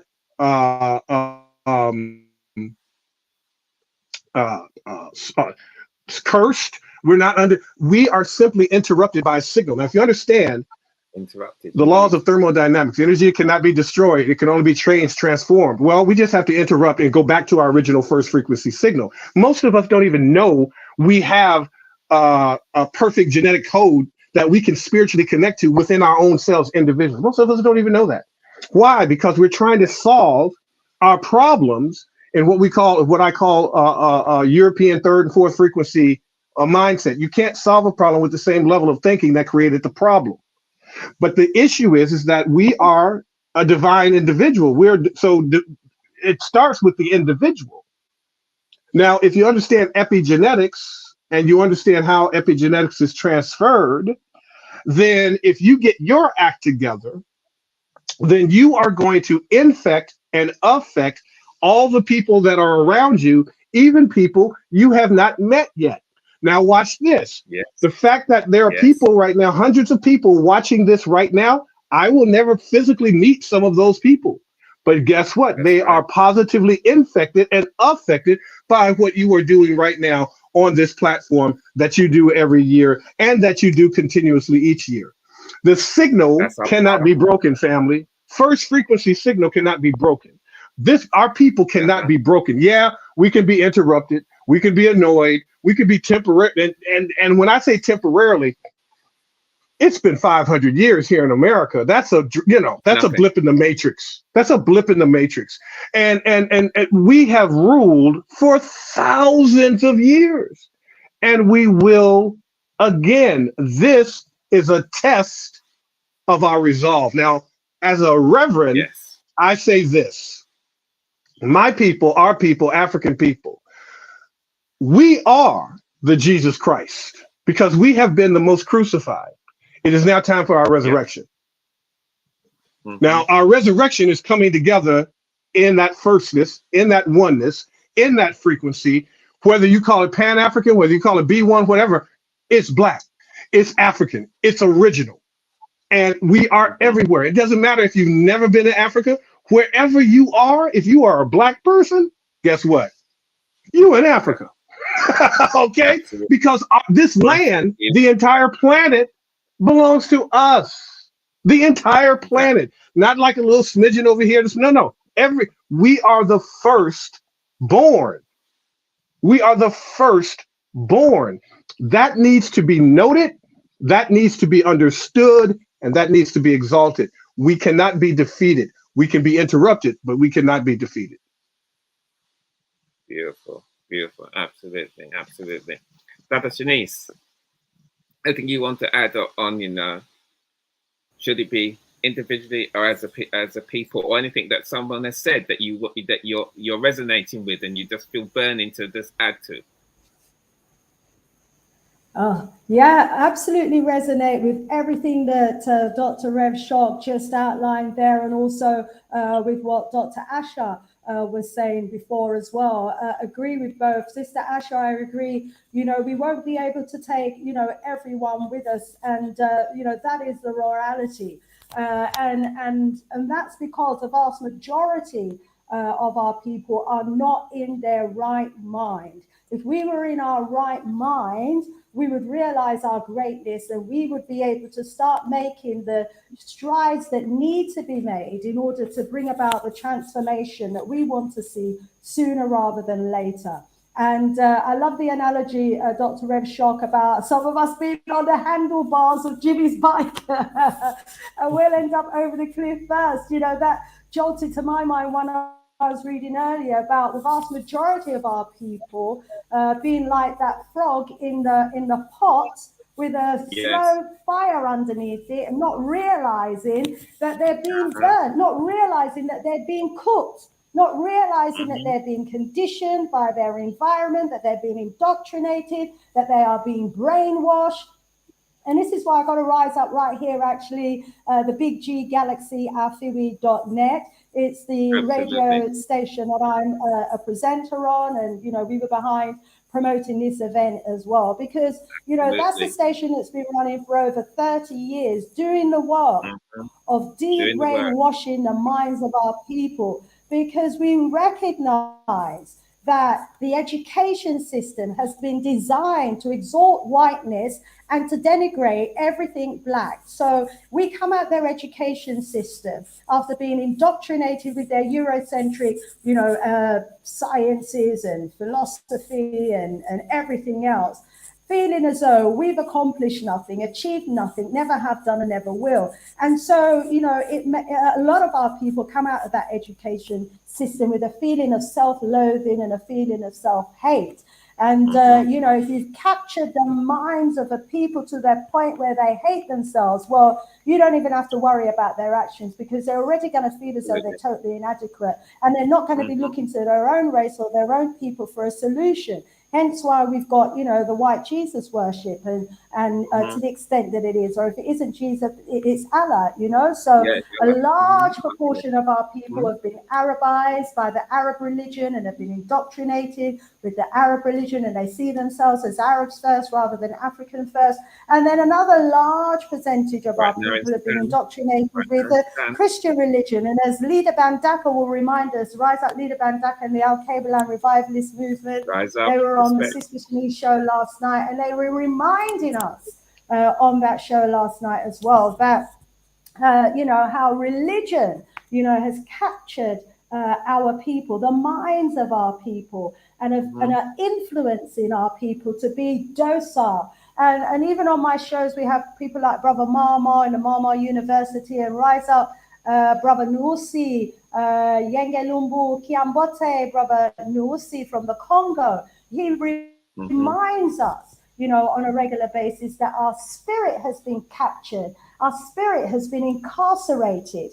And so, again, as I was saying earlier, it's difficult for us then to connect, with our primordial self, the we in the atmosphere, the we that's out there. What we're seeing, is just like a hologram of who we are. The real us, is outside of us and inside of us. And the us outside of us is trying to connect with the us inside of us. But because of our signal and our frequency, as Dr. Shock says, that's been interrupted, we find it difficult then to make that connection to our spiritual code. We were all born at a certain time, a certain, when the moon was a certain position, the stars were in a certain position. We all have come here by divine appointment with a purpose. But vast majority of us are totally lost spiritually as to what that purpose is, and our spirit has been captured, by these alien forces out there that have been designed to interrupt our frequency and to erase our memory. But as you said, Dr. Shock, we can nevertheless, those of us who have managed to, remove ourselves from, and wash ourselves off to some extent from all of that indoctrination, we are then able to impact and affect those around us. And I'm impacted and affected even by those that tune into the Sister Shanice show every Wednesday. Some of them are alive now online. They're messaging in the chat. They're bigging up everybody on the panel and agreeing with a lot of what is being said. We are impacting each other. And we're doing it now using the technology that Sister Asha was talking about that we need to do in order, to reach family members and friends, as Dr. Philippe Schock was saying, on the other side of the world, who we will never meet face to face. But thanks to technology, we can influence and we can impact. And that's what we've got to be doing on an individual level. 100%. Those of us, who have that spirit, who have that zeal, who have that energy, to see Africa transformed, the energy that wants to see our people, with the right spirit and the right mind, and who are free from mental enslavement, free from the colonial indoctrination, free, from the colonized education system that we've been getting. Those of us, we need to have the zeal and the energy to do the works that needs to be done. We need to be like the evangelists, the religious evangelists. And, you know, when I read the works of our founding fathers, for example, those who were at the forefront of ushering in the Pan-African movement, the fight for liberation, the fight for freedom at the time when all Africa was still, well, in the vast majority of Africa was colonized, you know. You know, they had a zero energy that moved. I mean, it was like moving mountains. They made the impossible possible. And you know, when you think of the vision that they had, you know, for Africa, the one Africa, the United States of Africa, the one African currency, the one African citizenship, the one African military. When you think, and that was like 60 years ago plus. And to see where we are today, and that, you know, we've actually fallen back in terms of our liberation struggle, you know, it's a crying shame. And, you know, let's not forget, it wasn't even hundreds of thousands that died fighting for our freedom. It was millions of Africans who died fighting on the continent, in the Caribbean, in their useless, senseless wars. World War I, World War II, we fought. And then we came back to Europe after fighting in their wars to experience their racism. Africans returned to Germany and ended up being the first ones who were genocided in those concentration camps. Africans, after fighting for France, returned to France and ended up facing so much racism in France, Germany when they took it over. And these were the conditions that they were facing. You know, soldiers, aircraft, marine, and all the rest came back to England and Britain after the war, couldn't get a job, couldn't find anywhere to live, was facing harassment and abuse. You know, that triggered the 1919 riots right across England. And when you think of the coming together, you know, of us as a people, the Africans in the diaspora, with the Africans on the continent, you know, the planning, the strategizing, the organizing, from the first meeting of the Pan-Africanists in the 1900s right up to 1945, when Kwame Nkrumah launched his meeting of the Organization of African Union. That was 45 years of planning and organizing and strategizing. So this transformation isn't going to happen overnight, but with the technology that we have the access to, with the knowledge that we have access to, with the research ability now that we all ought to have, even just using Google these days, should make us so much more advanced in terms of our knowledge and what we need to do. But what we lack, what they clearly had, was the zeal and the energy and the fire for change. Can I add something to that, Goddess? Can I add something to that, Goddess Shanice? Because you are so on point. Ashe, oh, that was amazing. Because here's the thing: Africans, we are the adults in the room. All right, the second frequency are our children.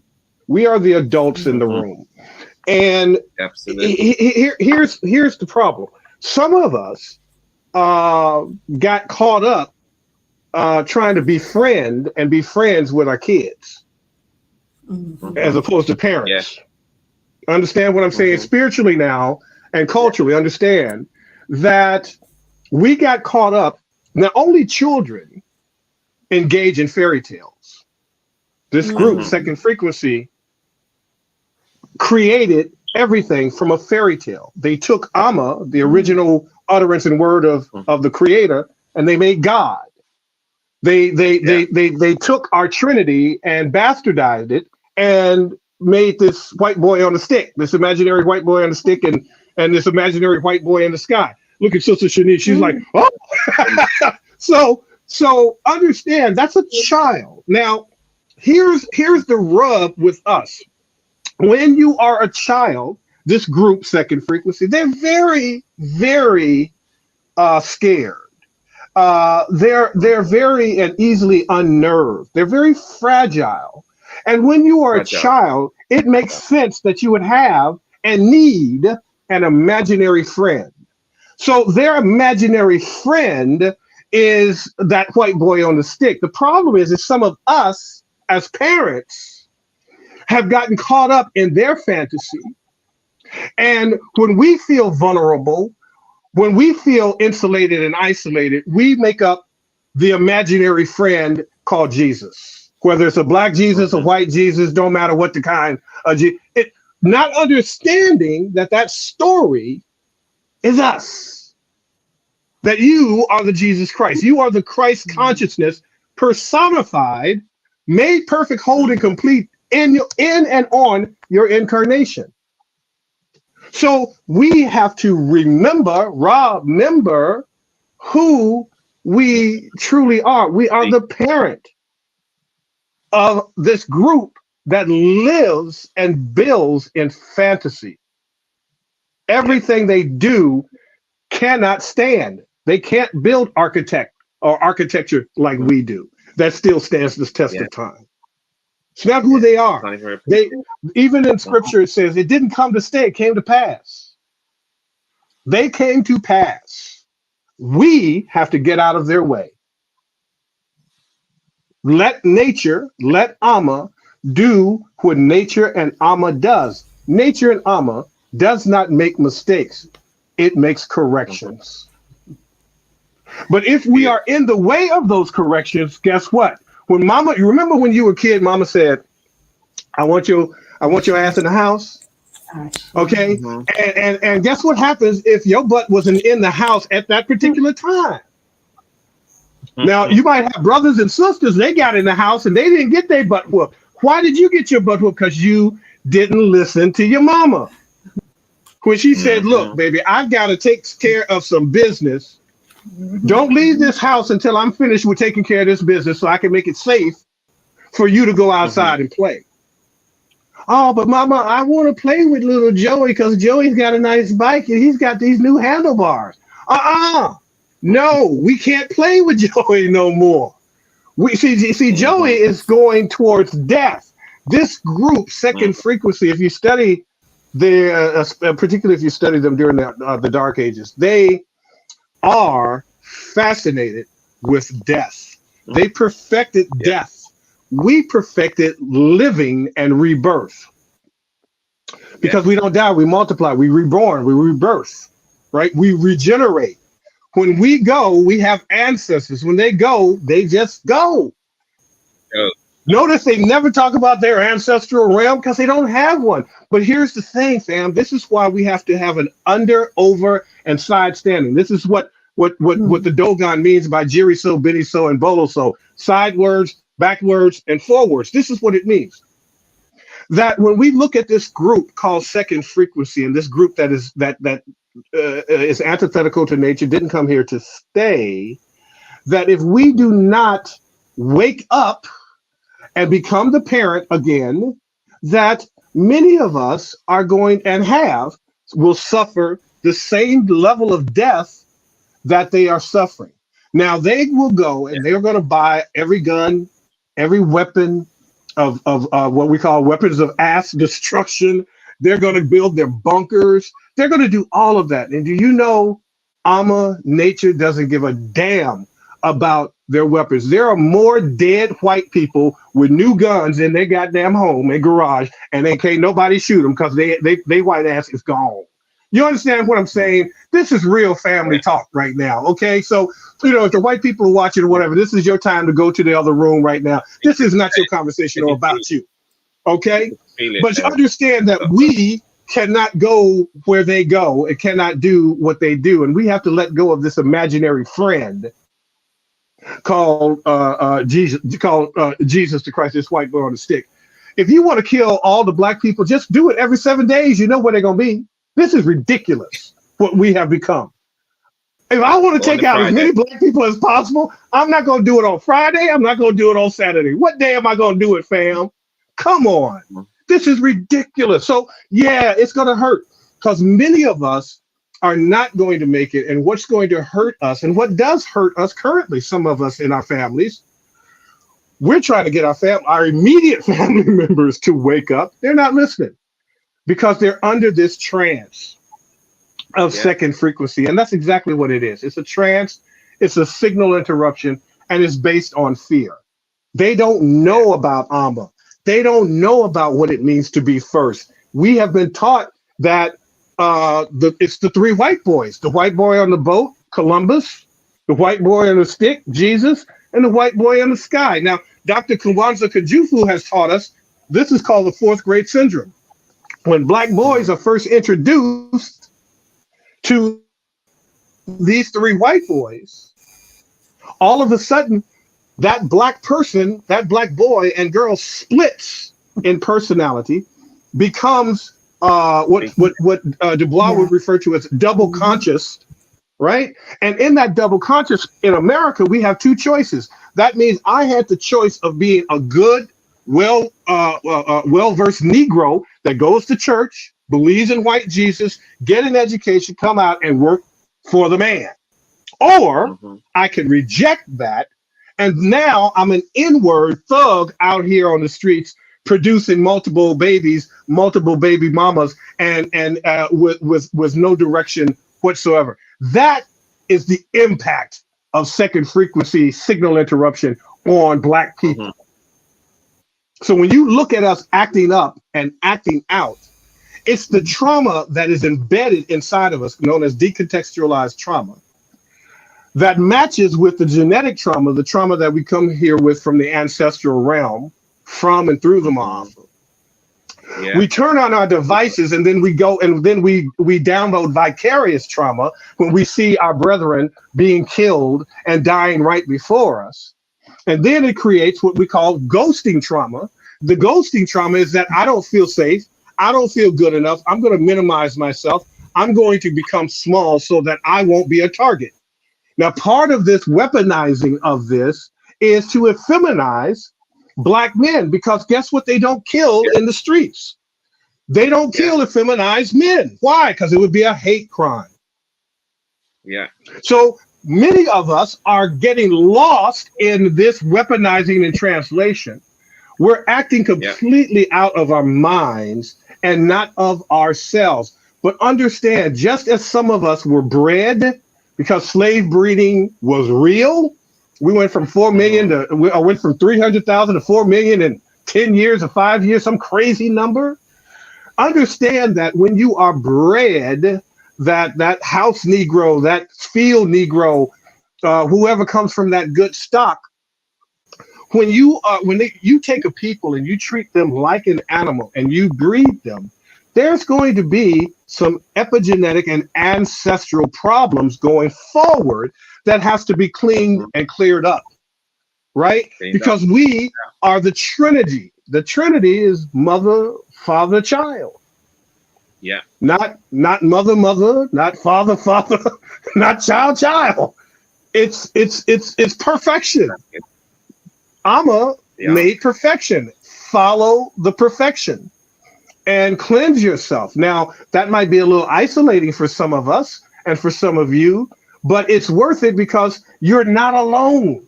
Look at us right now. Look at what you're doing.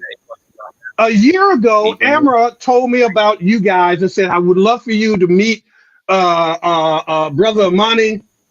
He's doing great things with the panel, with the African liberation. I'm like, oh, okay, great. And look at us and how we all come together. No matter what you have been doing all of these years, what I've been doing all these years, Sister Shanice, Dr.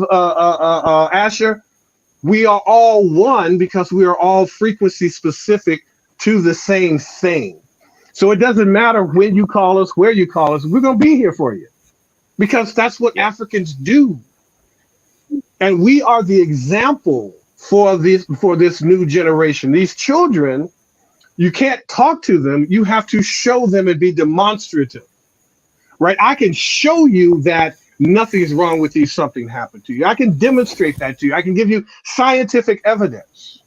But if you go out here and think that securing a bag, watching these entertainers and trying to mimic and model these entertainers are what we call bought and paid for. Because anybody who is receiving a check from a European is not in control of their life. The European is control of that life. Don't believe me? Ask Whoopi Goldberg, ask Nick Cannon, ask Kyrie Irving, ask any of the what we call a third frequency. Ask any of them what and who writes your check runs you and runs your life. We have to get economic control of ourselves, and that's going to take some time. But because we have this beautiful thing called the internet, we're able to get this information, access this information in real time, right where we are, no matter where we're at, and be able to each day, just by you guys doing a StreamYard. I'm taking this stream to my two channels, my YouTube channel and my Facebook. Sister Shanice just figured out how to do the same thing. That's called exponentiality, right? So you had an idea, you brought us on, and it expanded because that's what Amma does. That's called Sodai. Sodai in the Dogonic apprenticeship process and system is when you become a master of masters. When other people start to mimic and model your behavior, your characteristics, traits, and behaviors, and skill sets and core competencies. So we got this, family. We've already won. You know, some people say it ain't over until we win. No, we've already won, because here's the metaphysics, or the African sacred sciences, Baba Smalls prefers to say, that you can't have a problem without the solution, and you can't have a solution without the problem. We're focusing too much on the problem. The solution is already at hand. We need to go towards that solution. Now, I'm going to lay a little bit of heavy science on you, not too heavy, but you need to know it so you'll be able to recognize it when you're either engaged in it or somebody you love is engaged in it. Write this down. Please. It's called secondary gain. Secondary gain is when you benefit from a bad behavior. Now, what does that mean? That means that if I have secondary gain, I get attention by doing something that is not good for me. So smoking cigarettes. All right, smoking cigarettes is not good for me, but look at the people that I hang out with, that we all sit up and smoke cigarettes together. Or start drinking. Oh, I got my drink buddies. We're sitting up, we're drinking, we're smoking, we're having a great time. That's a secondary gain. We sit up and we complain about our problems. Man, let me tell you what the white man did to me today. Oh, this is, well, guess what happens when you when you solve your problem and your problems are taken away? What are you going to complain about? 99% of all the YouTube channels, including mine, are people out there bitching and moaning about hating white people and loving Africa. That's great.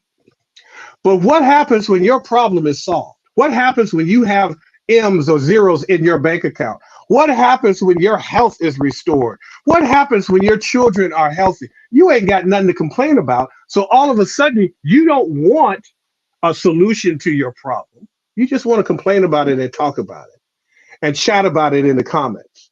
That's another group that is going to actually end up moving away and dying off because there's no value.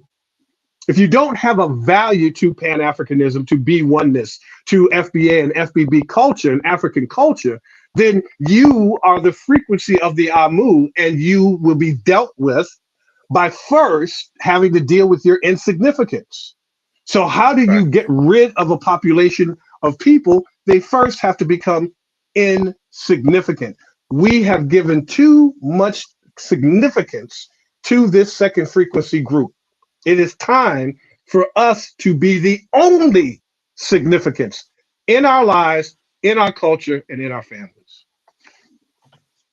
Beautiful, beautiful. It reminds me of what we said there. I was going to say a question about individually what we should do, but we've already answered it.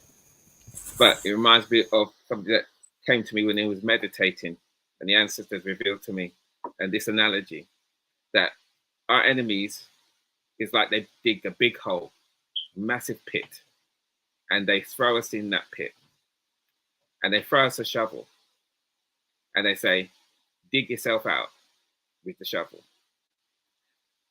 You can't dig yourself out with a shovel. You can only dig yourself deeper. That you can't get yourself out of a situation using the same tool, the same shovel that dig the hole. You're just trying to use that shovel to dig your way out. You can't use the same ideology, way of thinking, politics, religion, to get you out of the situation you're in, you need your own. But here's the thing. Here's the thing. When we come into our own self, and as our chair, MJ Miami, says, we're in an open mental health ward. What we see around us, there's just not walls and windows and the bars. It's open mental health. But when we come to ourselves, we'll understand this.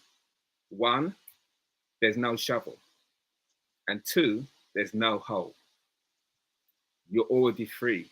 You're already boundless. Come onto yourself, and that's the big con, because they know when we understand this all ends like that. Absolutely. 100%. 100%. And that's what all the distraction is about. Because no one spends this much time and energy and money and power on somebody who doesn't mean something. That's right. Come on now. Yes. Say that. Because we have our meetings, it's an African only event. Absolutely. If you are an ally, why would you have a problem with that? That's right. No, you have to be in it, and you have to try and change it and turn it. Because they know if we get, like you said, Dr. Shanice, when we're by ourselves, we sort it out. Yes. Yeah, we push ourselves. And we understand this ain't the first time we've been here. This is not the first time that any of us have been here. The reason why we're talking like this is because we've been here before and we dealt with some of the rubbish last time, and we're coming to our understanding this time. We have to understand that we're bigger than what they leave us and what they try to define us. We're much larger. We're boundless. There is no box. There's nothing stopping you. The trick is to get past that. And all of this and the words we use and the altars, we don't need any of it. The permission slips to let us let go of the things that limit us. Facts. This is our understanding. This is our study coming into ourselves, because only people who are boundless build Zimbabwe, the great Zimbabwe, the pyramids. That's right. That's American right. Our. That's How right. many, what kind of people on the face of this earth have been destroyed, nearly destroyed, and create civilizations again and again and lead the world? That's right. Who? That's exactly Who right. else? Who else has changed the world except That's us? right. Who's still feeding upon us like a leech? And that's where it is. Absolutely. It's like a leech. That's We don't exactly right. understand that we're with this leech. All we have to do is just do this. That's right. Get off me. That's all we have to do. You remember when you were a kid? I don't know if I probably did this, but you remember your mom used to say, like, when you first saw a bug or a spider and said, well, that spider or that bug is more afraid of you than you are of it. Of course, at that time, I wasn't really believing that, but understand that's how they see us. They're terrified of us. Absolutely. They're more afraid of us than we are of them. That's why they use terror, because they're terrified of what the implications are. Some of them, they don't have the articulation, they don't have the vocabulary or psychological lexicon, but they can feel and sense that they're not enough. They can feel that we are different in the wrong way, in the wrong direction. They feel that and sense that. That's why they hate the sight of us, the mere sight of us. There was a study done some years ago on white flight that said that when white people see, particularly a dark-skinned brother, that it triggers the same response as seeing a spider or a snake.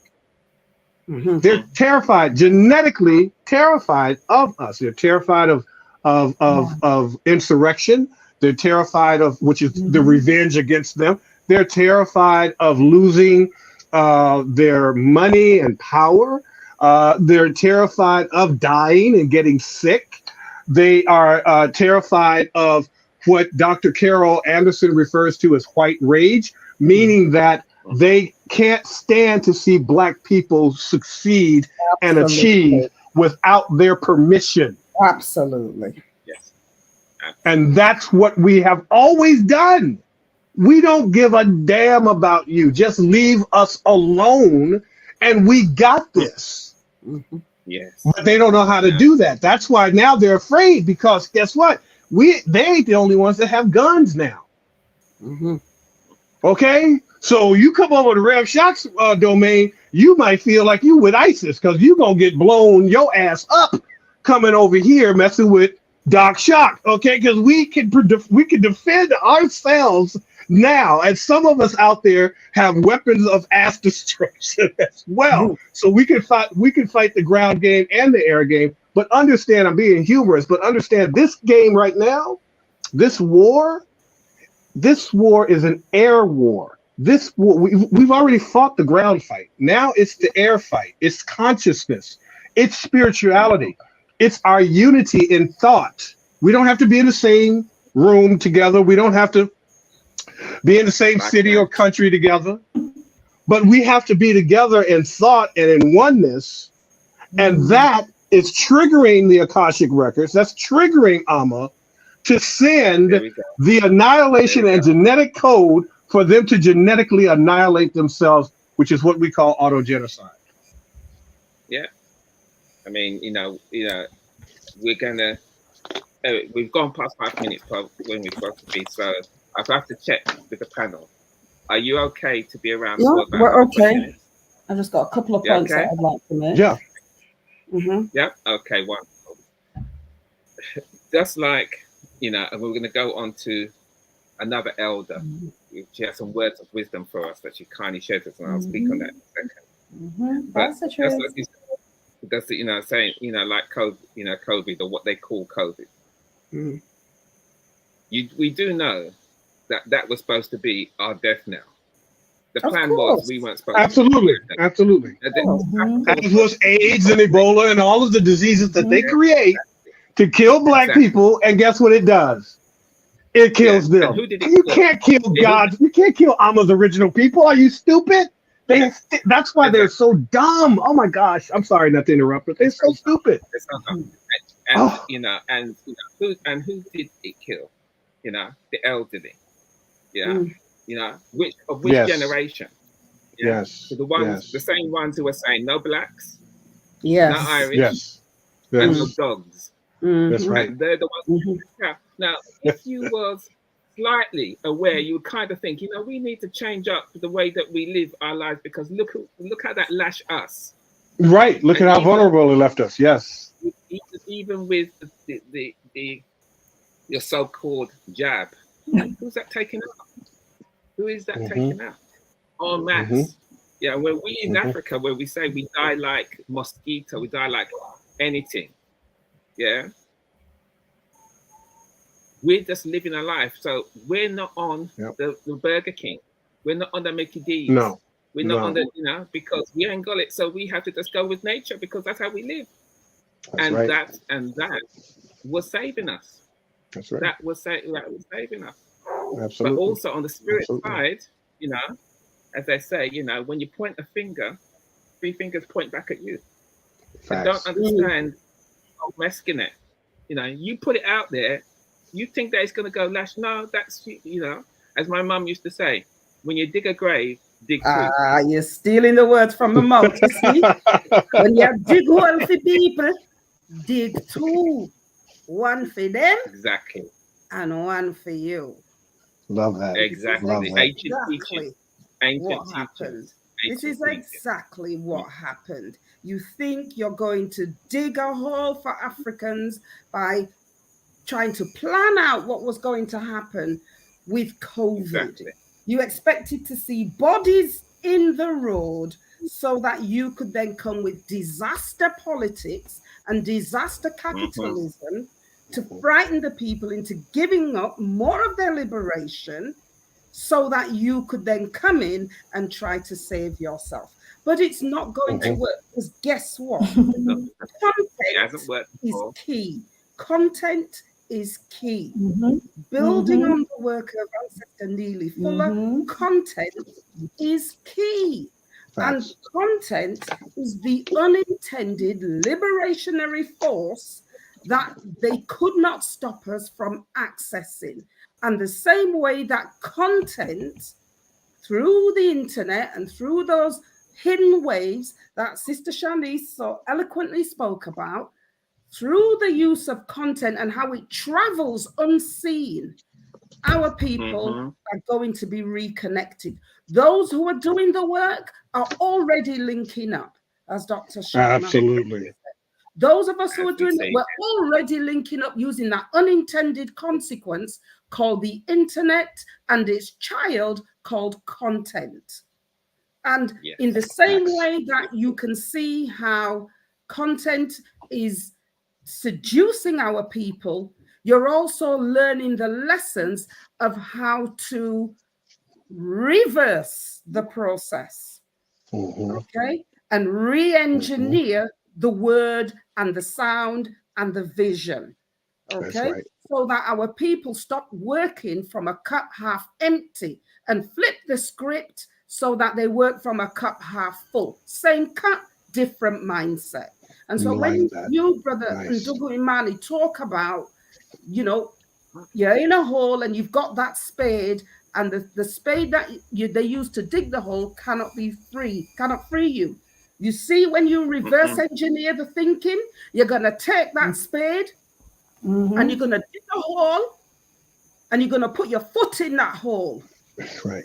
That's right. Okay? And then you're going to lift up that spade. You got one foot in the hole, and then you dig another little hole and you put your foot in there. And then you was take at the forefront and you dig another hole as well. and you put your foot there and you Love take it. your time and you get out of that hole. That is how we reverse engineer the process of psychological warfare. Come on That's now. how we do it. Come That is on, a goddess. powerful approach. You look at the cup, so you look at the hole. Oh my God, I'm trapped. I'm trapped. Nah. You reverse the script, you flip that script, and you think, okay, it's time for me to exercise now. All right, here's what I'm going to do. I'm going to take that spade and I'm going to turn that spade into a weapon of African liberation, and I'm going to use that spade to get myself out of this hole. And this is what our people are doing, in particular, our young people, because they're tired of waiting. They are reverse engineering, and they are using content as a liberationary equalizer. Absolutely. And they are taking that content and putting together liberationary methods, theories, politics to reach our people. And that is how we then move to the next Wahemi Masood. Love that. Beautiful. Ashe. Beautiful. Ashe. Ashe. And that's a perfect point for us to go on to the next part where I'm going to go on to this next part where we're going to talk about that and about our power in a particular way. And what I'm going to do is I'm going to call in our dear brother Ndugu Keparu.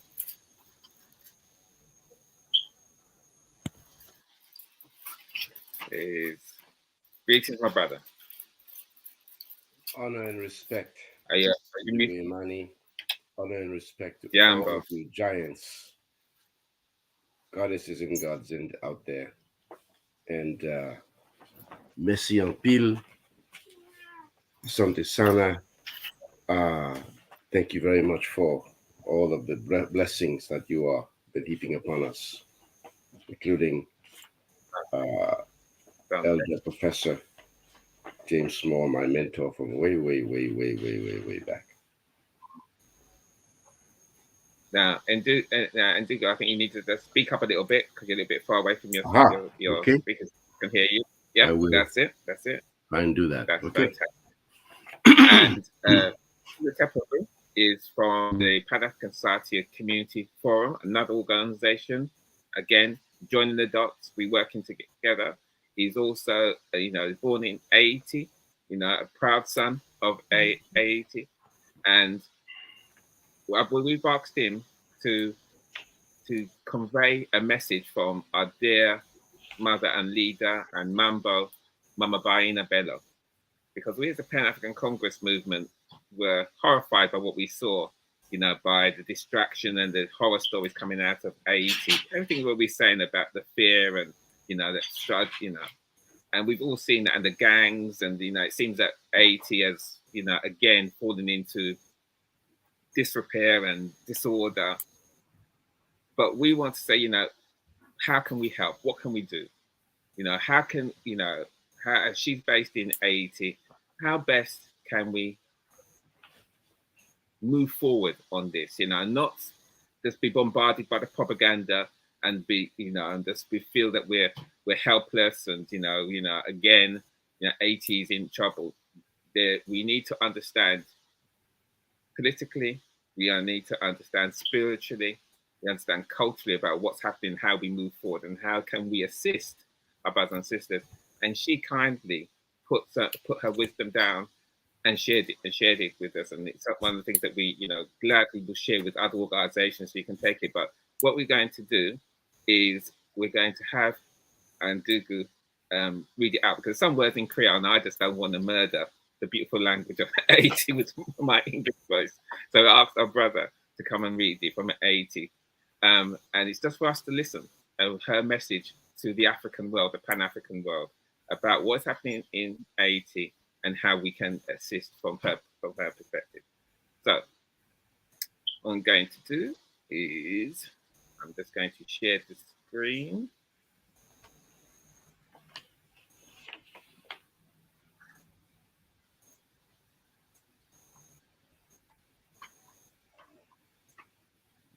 Let's bring that up.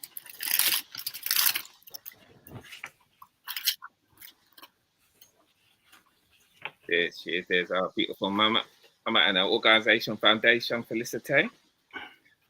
And Ndugu Keperu, I'm going to hand over to you. We're going to go on mute, and please pass on the words of wisdom from Mama Bainabella.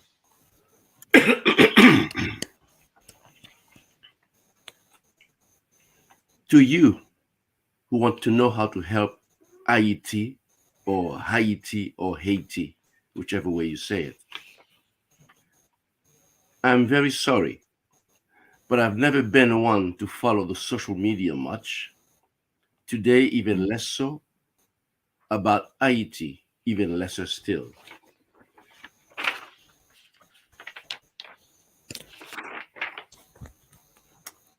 Here's the situation in a nutshell. In my humble opinion, what each freedom fighter and or family member on our planet Earth needs to know and understand is that it is the criminality program, which the so-called international community, namely UN, USA, Canada, France, core group of diplomats in each of our countries, which should more accurately be known as the true gangsters and thugs of the world, which they have imposed on the country to which I belong, Haiti, is intensified these days. Here are a few facts to continually keep in mind, no matter what you read, no matter where you live on our planet Earth. 1. Haiti is the richest territory in the so-called Americas. 2. Haiti has retained the strongest ties to both African and Native American cultures. 3. Haiti holds and lives out the most powerful Black Our story in the so-called Americas. 4. From Haiti has emanated the most well spelled out Afro-American sacred science structure, grown from the Kemetian Azanian Ubuntu philosophy, successfully tested and experimented during the revolutionary centuries, 312 years, which culminated in the Battle of Crête à Pierrot on March 2nd to the 24th, 1802, and was victoriously finalized in the Battle of Vertières on November 18th, 1803. After whipping the most forceful Euro-Christian armies of our planet Earth, leading to the Declaration of Independence on 1st January 1804 in Gonaives. 5. Haiti has had a population of less than 2 million inhabitants in 1804. 6. Haiti's population was served with a world embargo as a gift from the domineering Euro-Christian world because she managed to free herself from slavery. Their good wishes came in the way of prediction that in less than 25 years, the island would become a huge rock and there'd be no one living on it. 7. Yet Haiti thrives. Her population managed to produce great leaders, Emperor Jacques and King Henry of Haiti. From self-determination, discipline, hard work, we established sovereignty and prosperity. Despite some dreadful Uncle Sammy rulers, the population managed to maintain a degree of self-determination, self-resiliency, and autonomy. Note that in less than a decade after becoming independent, the Kingdom of Haiti was minting its own gold and silver coins. Shortly afterwards, it began to mint some South African American countries' coins. Our kingdom also had a female general at the head of the army and a fleet of more than 400 boats, commercial and military. Number 8. Under the government of Jean-Pierre Boyer, a man who doesn't have a single heroic revolutionary moment to his name, an agreement was signed with to so-called compensate French colonists and slavers for the loss of their slave labor. 9. No compensation for those enslaved during 312 long years. No compensation for those for broken families sold in various islands and on the mainland. No compensation to all those maimed for no reason.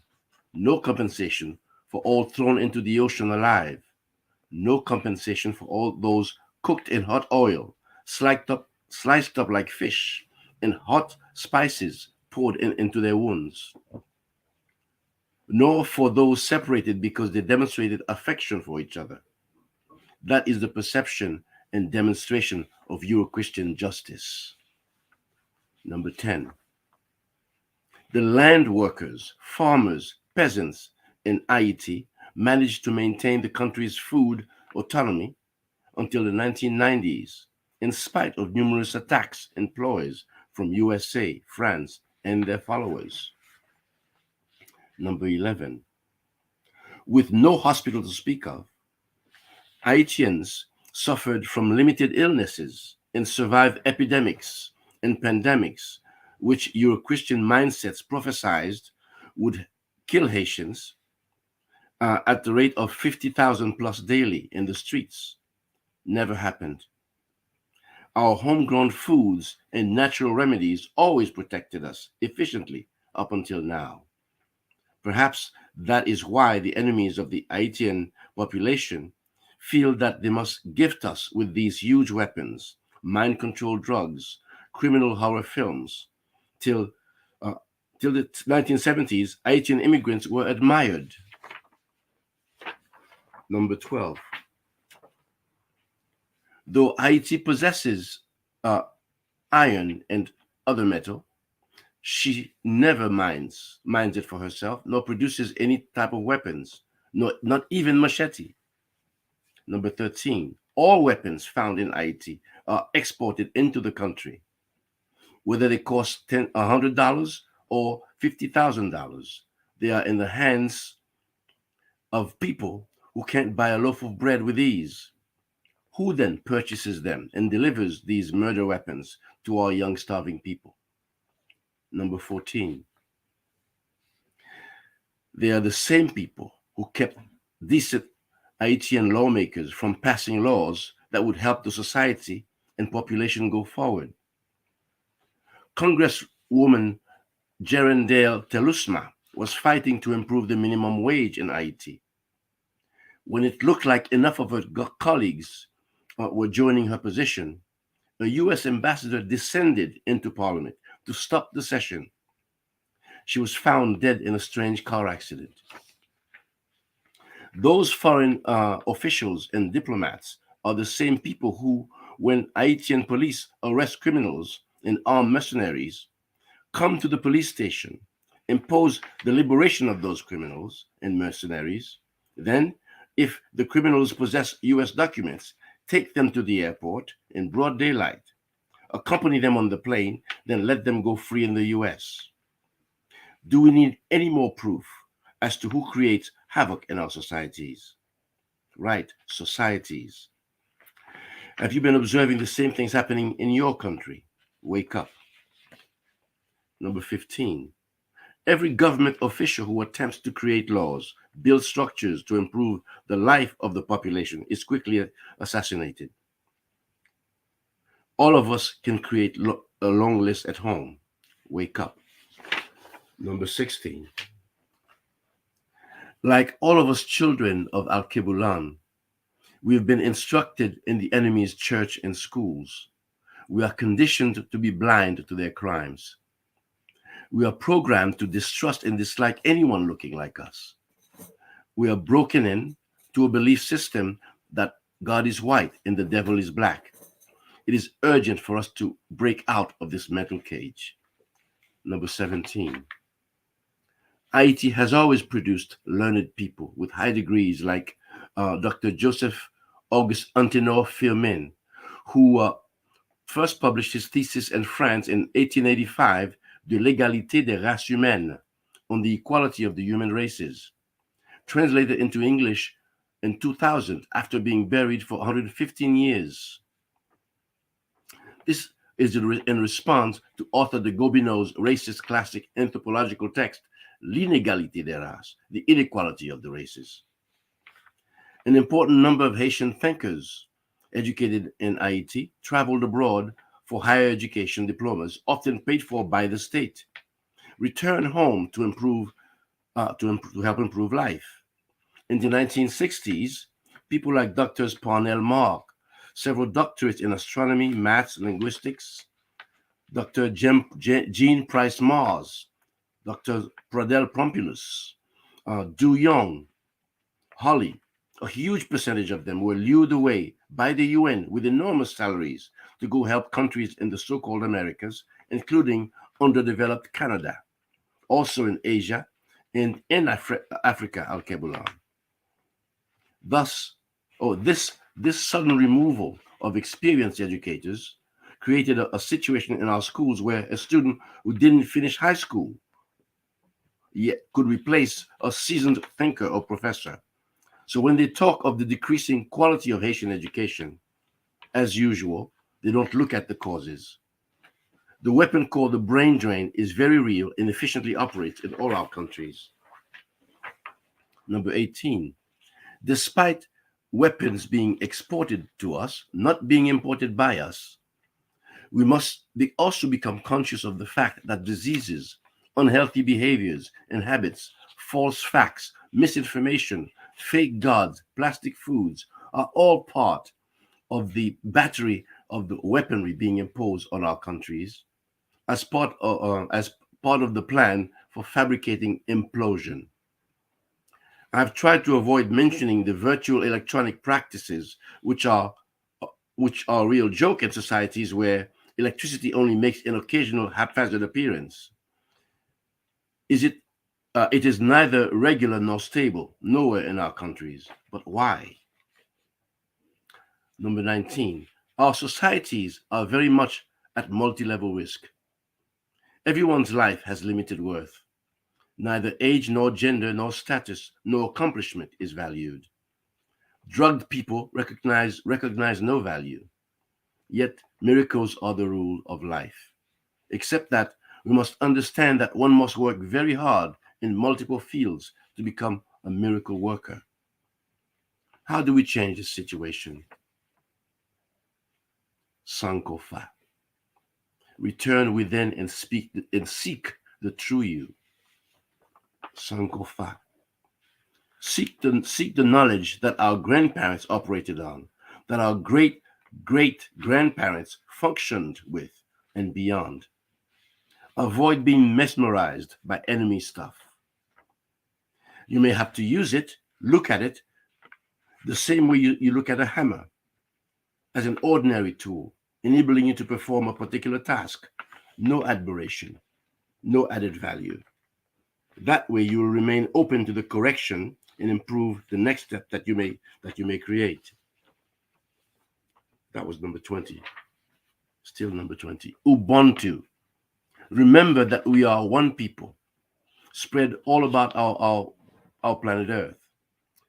Despite, forgive me, develop our Ubuntu, human kindness, continually.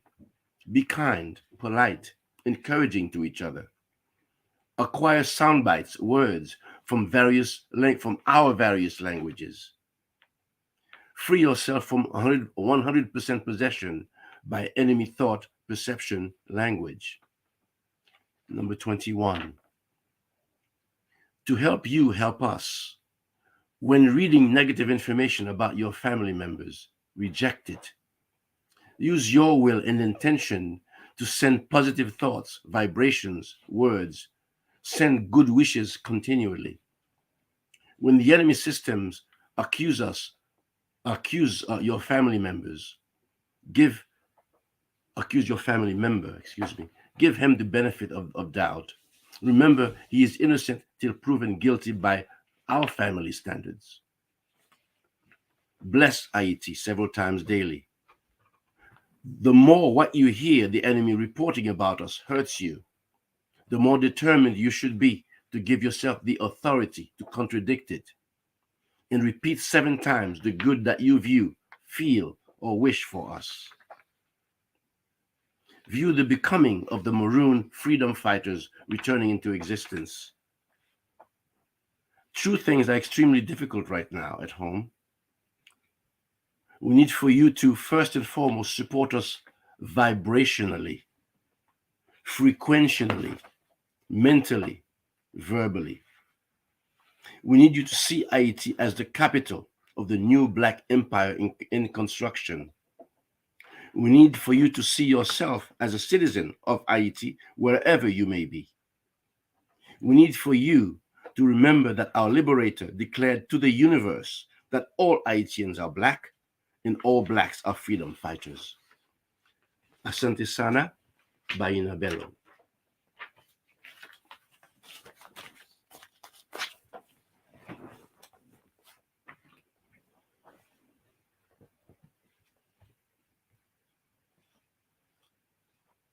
You are muted, Ndugu Imani.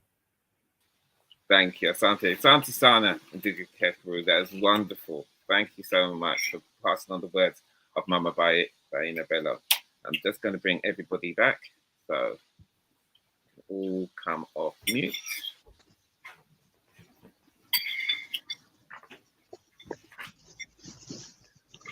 There we go. That's just going to bring down.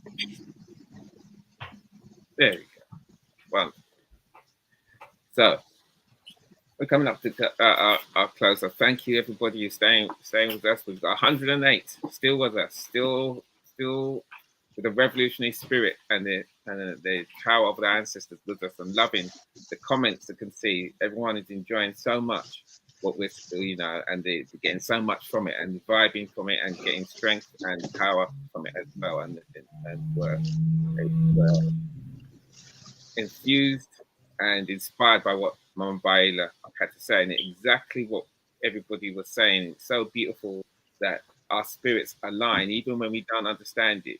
She exactly was saying what we have been saying all this program about re-engineering, about the spirit, about understanding who we are and when we hear these words, how we define, how we absorb it, what we use it, how we engage with it.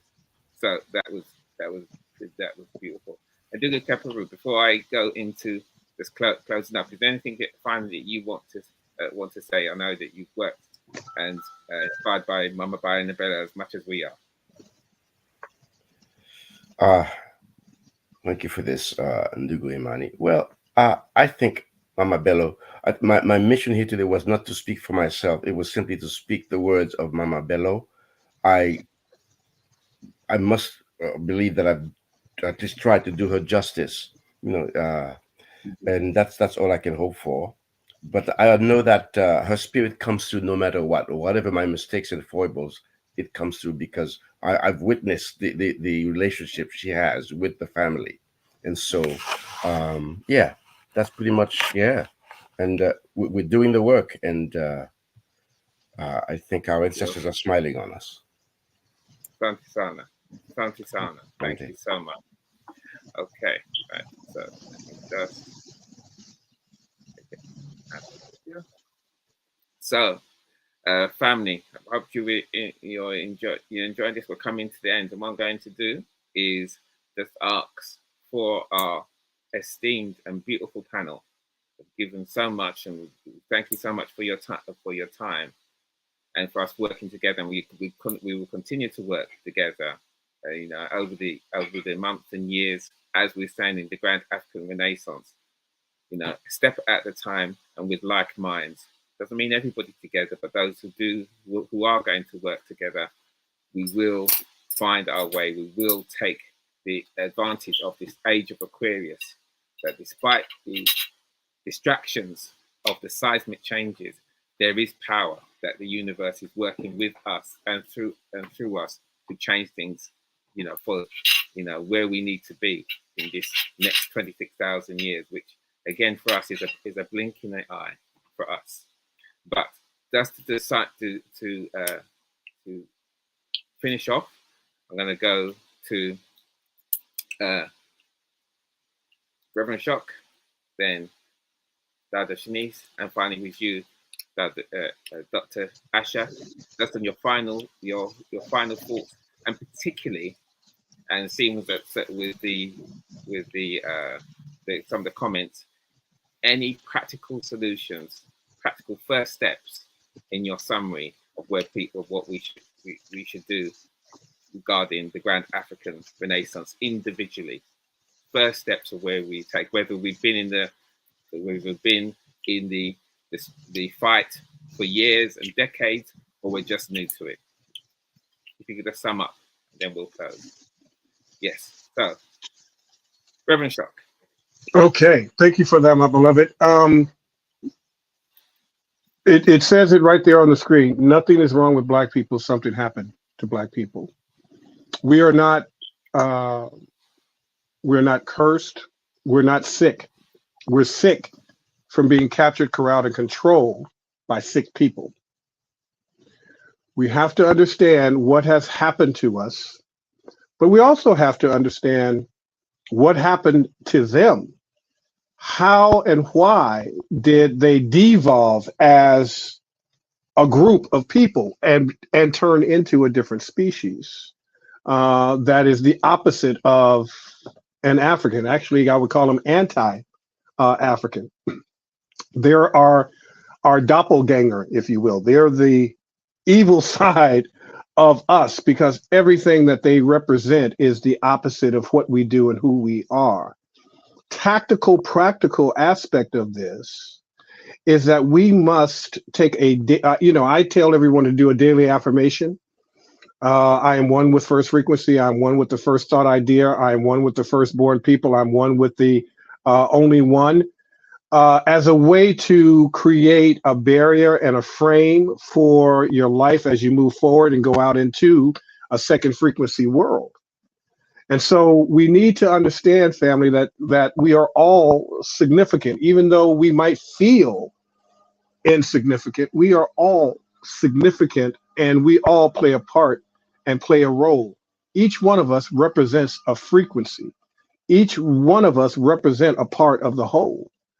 And so it is incumbent upon us every day to acknowledge that regardless of what we see with our eyes, that we are spiritually perfect people, and that nothing can be wrong with you when you are spiritually perfect people, and that the entity that created you is the entity that created the entire universe. You are a powerful people. You are a powerful person. Recognize who you are. And when you do, don't give up, don't let up, don't shut up until Amma takes you up. That is what we need to do every single day.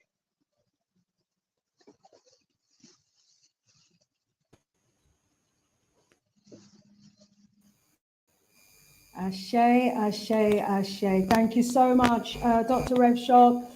Thank you to everybody on the panel. Also like to thank everybody in the audience who are locked in right now. Each and every one of us has a role to play. And as Dr. Shock was saying, you know, each and every one of us is significant. So that means we've come here with a purpose. There is a purpose for our life, and we've all been gifted as well in order to be able to carry out that purpose. So look within, and within you is the answer. And as our great philosopher, educator, teacher, great speaker, legend, Dr. Amos Wilson said, he said, the wealth of man is in his mind. So, you know, our wealth is not in technology. It's not in industrialization. It's not in even producing our own medicines, our own science, etc. Because, of course, we need to do all of that. But when we are in our right mind as a people,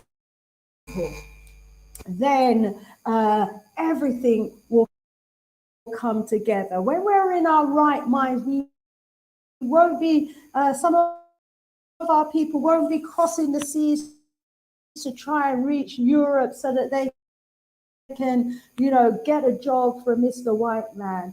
Our people, when we're in our right minds, won't be crossing the Sahara Desert so that they can become enslaved in the part of Africa that is now being taken over by the Arabs.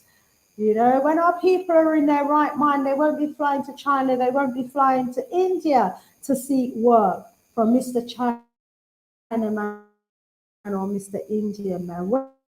When we are in our right mind and our people are in their right mind, we will be coming together and we will be working together to build Africa, to develop Africa and the Caribbean and our communities wherever we are. We will be creating our own jobs for our people, and we will be serving our people as well. And so, you know, when we're in our right mind, which is what we need to, where we need to get to, because therein lies the solutions. You know, once we're in our right mind, all of the challenges that we're faced with and the challenges that Africa is faced with, the solutions will come to mind. The technological inventions will come to mind. The scientific solutions will come to mind. The manufacturing solutions will come to mind. The production, the services, the housing, the culture, everything that is needed will come to mind when we're in our right mind. Because what we've got to remember is that kingdoms rise and kingdoms fall. Empires rise and empires fall.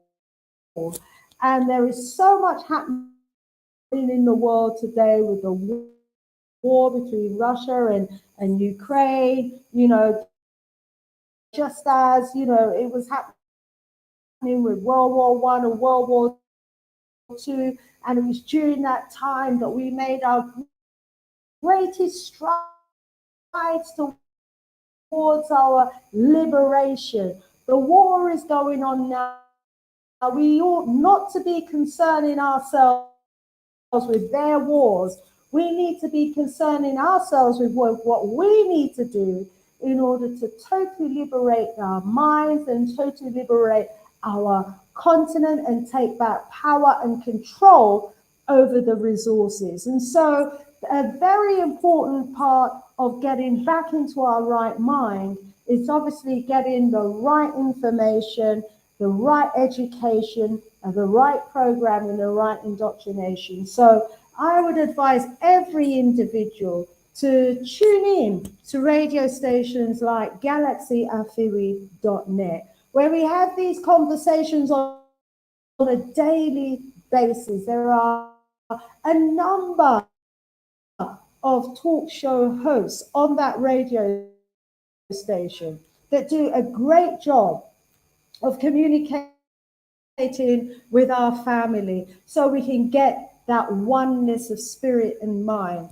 Also tune into channels like my channel, the Sister Shanice Show channel, like Dr. Rev Shock's channel, and I know PACM have a channel as well. Dr. Asha, if you have a channel, let us know, and I'll certainly subscribe to your channel as well. Let's tune into each other and stimulate, enthusiasm, between each other. I've got a beautiful audience that join me every Wednesday when I go live on YouTube, and they're a family now. They communicate with among themselves. Sister Afro-Jamo, I shouldn't have started calling names, I'm going to get in trouble. The Jamaican Junker, Sheriff F, so many wonderful brothers and sisters who come together every strong, and they are a family, and they are based all around the world, and they take the messages that my great scholars and school come with their powerful message to us as people. So if you go to my channel, there's powerful messages there by Dr. Philippe Matthews, powerful messages by Dr. Winters, powerful messages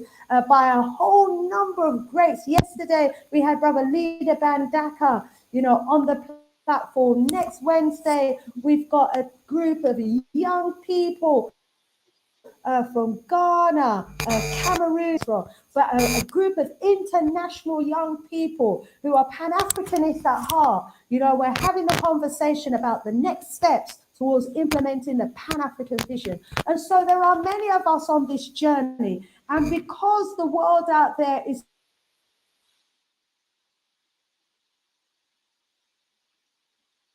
heaping on us as a people, we need to get out of their matrix sometime and just plug in to our own spaces where we can get that fuel that we need to keep going. So let's fuel each other. I hope this panel discussion today has fueled you. I want to thank our brother Imani and his team for organizing today's event. Let's stay strong. Wonderful. Santi Sana. I think my sound is showing is that it's before it's little was cutting out a little bit, but I'm sure everybody else could hear you. So we're gonna come finally to this Dr. Dr. Asha again. The final words. Yeah, my final words. There are two forces at play that will revolutionize and liberate the spaces that we have to operate in, and they are liberating and revolutionizing those spaces. One is spiritual, and the other one is the actualization of those spiritual forces into liberationary actions. And what we now need to do, and like if you go to the African continent, you'll see that they're not waiting. They long since blew a hole in the myth that they need to wait for Africans from the West to come. They long since blew a hole in that myth. And we have Africans who are creating revolutionary and liberationary content and sharing those messages in a way that will attract and reverse the conditioning of our minds and the minds of African people. We have our own platforms. We don't really need to be living in other people's social media houses. We have our own social media platforms that we can use to share those messages and begin to lift our people up. And while we're doing that, our ancestors and our Godheads are shifting time and space. in the same way that we live on an earth that is continuously spinning on its axis, and we can't feel it, but we can see it through the natures of the key elements of the earth, then know that our ancestors and our Godheads are shifting time and space to meet us with the liberationary and revolutionary work that we are doing. So I'm going to end with the words of Joe Sample, who wrote one of the most foundational songs that picked me up as a child. The song is called When Your Life Was Low, and it was first performed by Randy Crawford on the album Now We May Begin.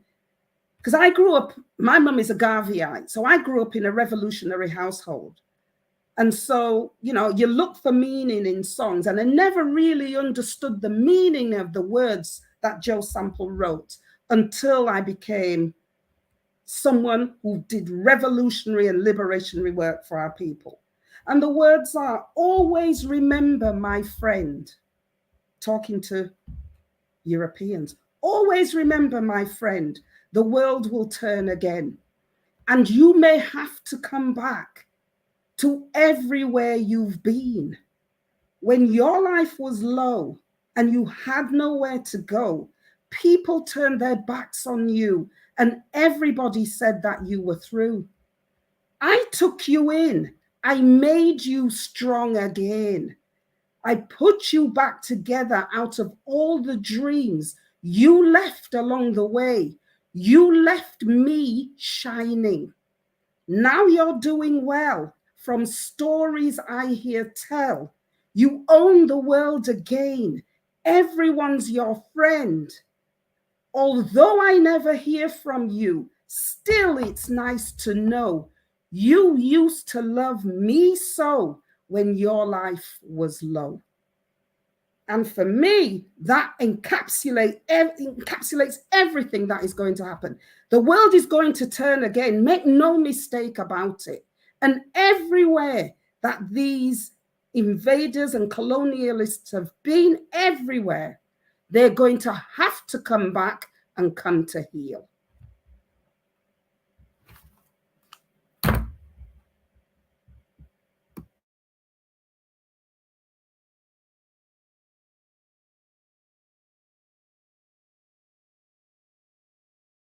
Beautiful.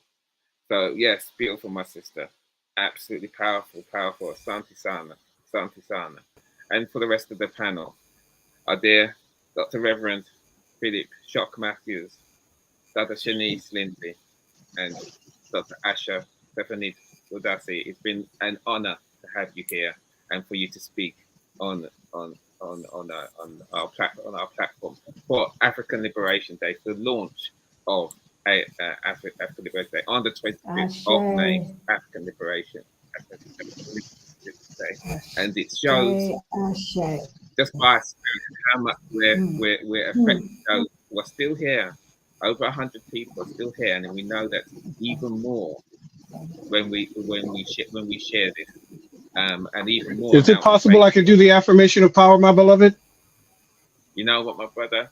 Absolutely. We'll end with your affirmation of power, because that is beautiful and strong. Thank you, my beloved. But what we will do is we'll just remind everybody about what's happening on Monday. So let me just add this to the screen. So, go.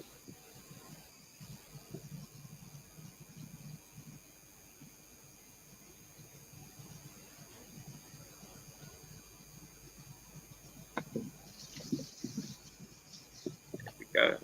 Yes. So.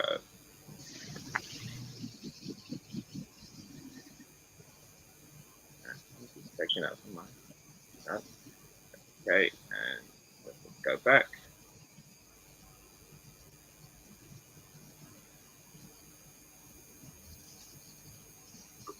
Yes, there we go. There we go. So on Monday, we're at the West Indian Centre at 74 Carmel Road, Manchester, M130FB. So if you're in England and you are in around that area, please join us. Starting from 12, the program starts from 12 p.m., 9 p.m., the second day of our Africa Liberation Day. Doors opening at 10 a.m. We'll have reasonings on mental health and youth, in line with the theme of the overall theme of the Grand African Renaissance. And of course, we have our brother Robin Walker, who will be speaking. Let's go back. Yeah. Robin Walker, who will be our keynote speaker. Who will be talking about. Let me just take this down. Who will be talking about the African Renaissance in terms of Black history. So if you are there, please do join us. And regarding the stream here, when you see it and it's on live, please share. Yeah, share. Please go onto the other sites, onto sites for Dr. Rev, Dr. Asha, and Sister Shanice, and of course Galaxy Alpha We. And a big shout out to the Global African Congress UK, who helped sponsor ALD. Much respect, and for all the radio stations who've been playing and promoting the session. And can I ask again for the panel in the group chat that's public, if you can put your links or your site or whatever, so people can know how to contact you or follow you. Okay. So as we go into the final words of power that will be led by Dr. Rev Shock Matthews, asks if we would use the African tradition of meditation, of using our mirror and coming back to ourselves, and using breath, because breath is life. So what we're going to do, if you wish to join, is we're going to sit straight as best as we can, feet flat on the floor. If you wish to pick up your shoes, so you have connection, hands on your thighs. Your spine is straight, so that your 7 energy centers that are in line with your spine are in line. And we're going to breathe together. As we do, and we breathe together, and I'll lead on this, we do so with gratitude and appreciation for the all, the power, and the ancestors, for us all here, and all of us around the world, and everyone that this will touch. And we give thanks for African Liberation Day, and for us bringing into fruition our victory, which is already here. We just have to come into our right mind and grab it and become our limitless self. So, my dear sister, Dr. Shanice, can you give me a number that you're resonating with between 1 and 9? 5. 5, beautiful. 5 is a spiritual quantity for activity, for change. Absolutely what we're dealing with. So it shows you how spirit works. So what we're going to do is going to do something like kettle drum breathing. So what we're going to do is we're going to breathe out through our mouth. And as we do, pull in our stomach, so we empty our lungs. And then we're going to relax our stomach and breathe in through our nose. And that's one cycle, that's one breath. Okay? So breathing out.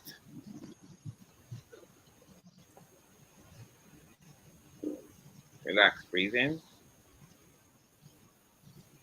Moja, Kiswahili, 1. Breathe out.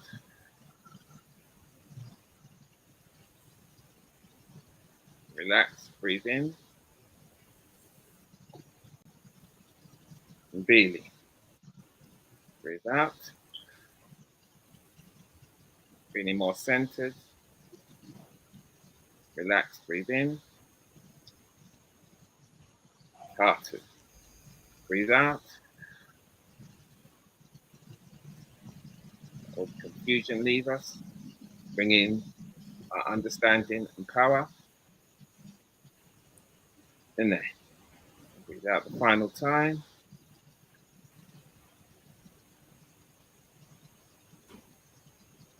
And relax. Breathe in. Calm. As we do open our eyes and feeling and in our power, I'm going to hand over to our dear Reverend Dr. Philip Shock Matthews. You could close us.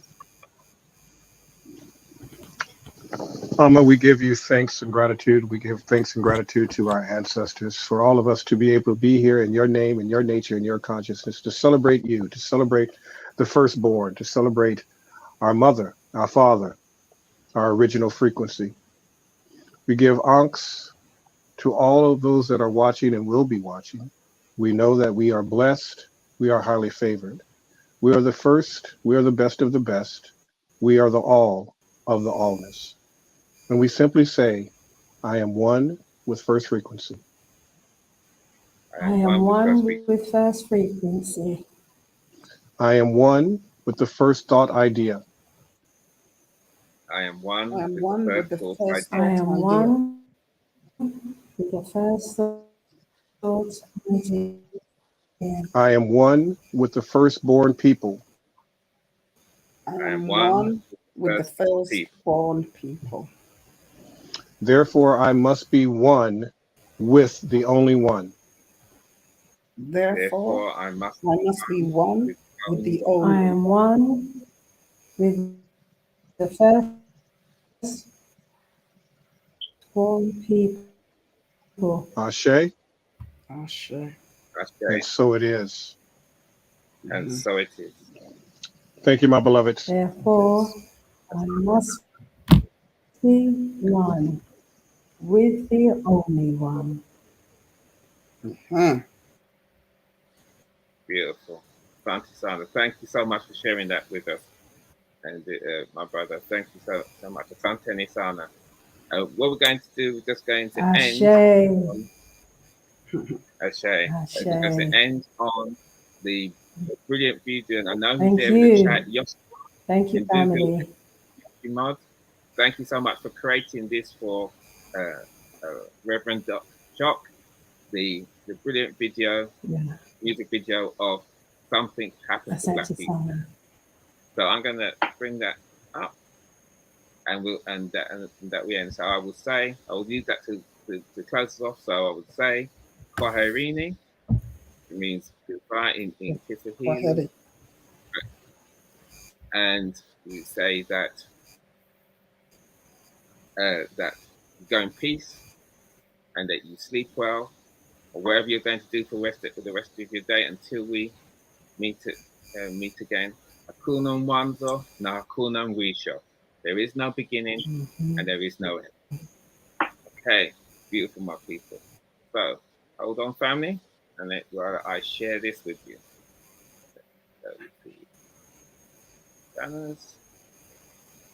And yes, it's just a panel again. If you just place all your information in the chat.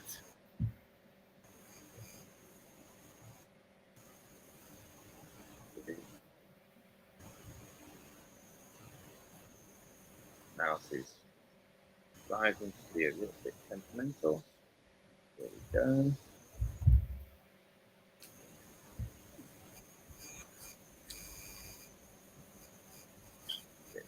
You ain't got time to sit up and go, woe is me, oh, plum disease, my poor little old me. I ain't got time for that shit. I need to get to the promised land. I'm here to help, trauma stored in the body. Me, can you help? They walking around with a head, nobody. Created this platform to teach and bring forth master teach and uplift our community and banish all the leechers. We ain't a dot or a nickel. The group never grow. The thinker who thinks the thought, let the masses know. We are the first and maybe the last. One with nature, not a sin against nature. Looking sad. I lost my mom and my dad looking bad, cooking chicken. When it got me a mask, because being broke didn't fit. It's never too late, you part of the greats. Let me rub off on you. Just remember it ain't your fault. I can give you all the time. Nothing is wrong with black people. Something happened to black people. Nothing is wrong with black people. Something happened to black people. Africana phenomenologist, hermetic scientist, digital was creation, metamorphosis, epigenetics, diginomics, first frequency of oneness, FBA, no religion, I'm a vision. Nothing is wrong with black people. Something happened to black people. Nothing is wrong with black people. Something happened to black people. Africana phenomenologist, hermetic scientist, digital was creation, metamorphosis, epigenetics, diginomics, first frequency of oneness, FBA, no religion, I'm a vision. What does that look like for you? Are you sick and tired of being sick and tired? Are you tired of complaining about white folks? Are you tired of complaining about black people? I am one with first frequency, one with the first thought idea. I am one with the firstborn people. I am one with the only one. Ashe, and so it is. I am one with first frequency, one with the first thought idea. I am one with the firstborn people. I am one with the only one. Ashe, and so it is. I am one with first frequency, one with the first thought idea. I am one with the firstborn people. I am one with the only one. Ashe, and so it is. I am one with first frequency, one with the first thought idea. I am one with the firstborn people. I am one with the only one. Ashe, and so it is. Nothing is wrong with black people. Something happened to black people. Nothing is wrong with black people. Something happened to black people. Africana phenomenologist, hermetic scientist, digital was creation, metamorphosis, epigenetics, diginomics, first frequency of oneness, FBA, no religion, I'm a vision. Nothing is wrong with black people. Something happened to black people. Nothing is wrong with black people. Something happened to black people. Rev shock. Rev shock. Rev shock. Rev shock.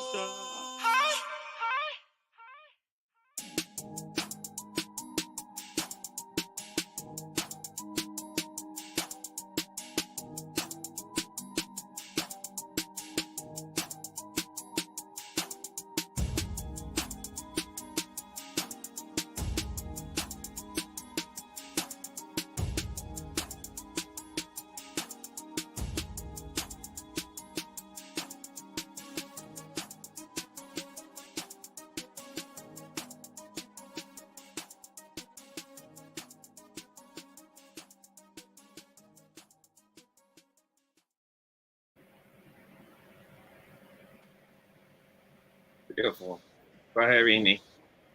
Santi sana. Santeni sana. Our family, one love.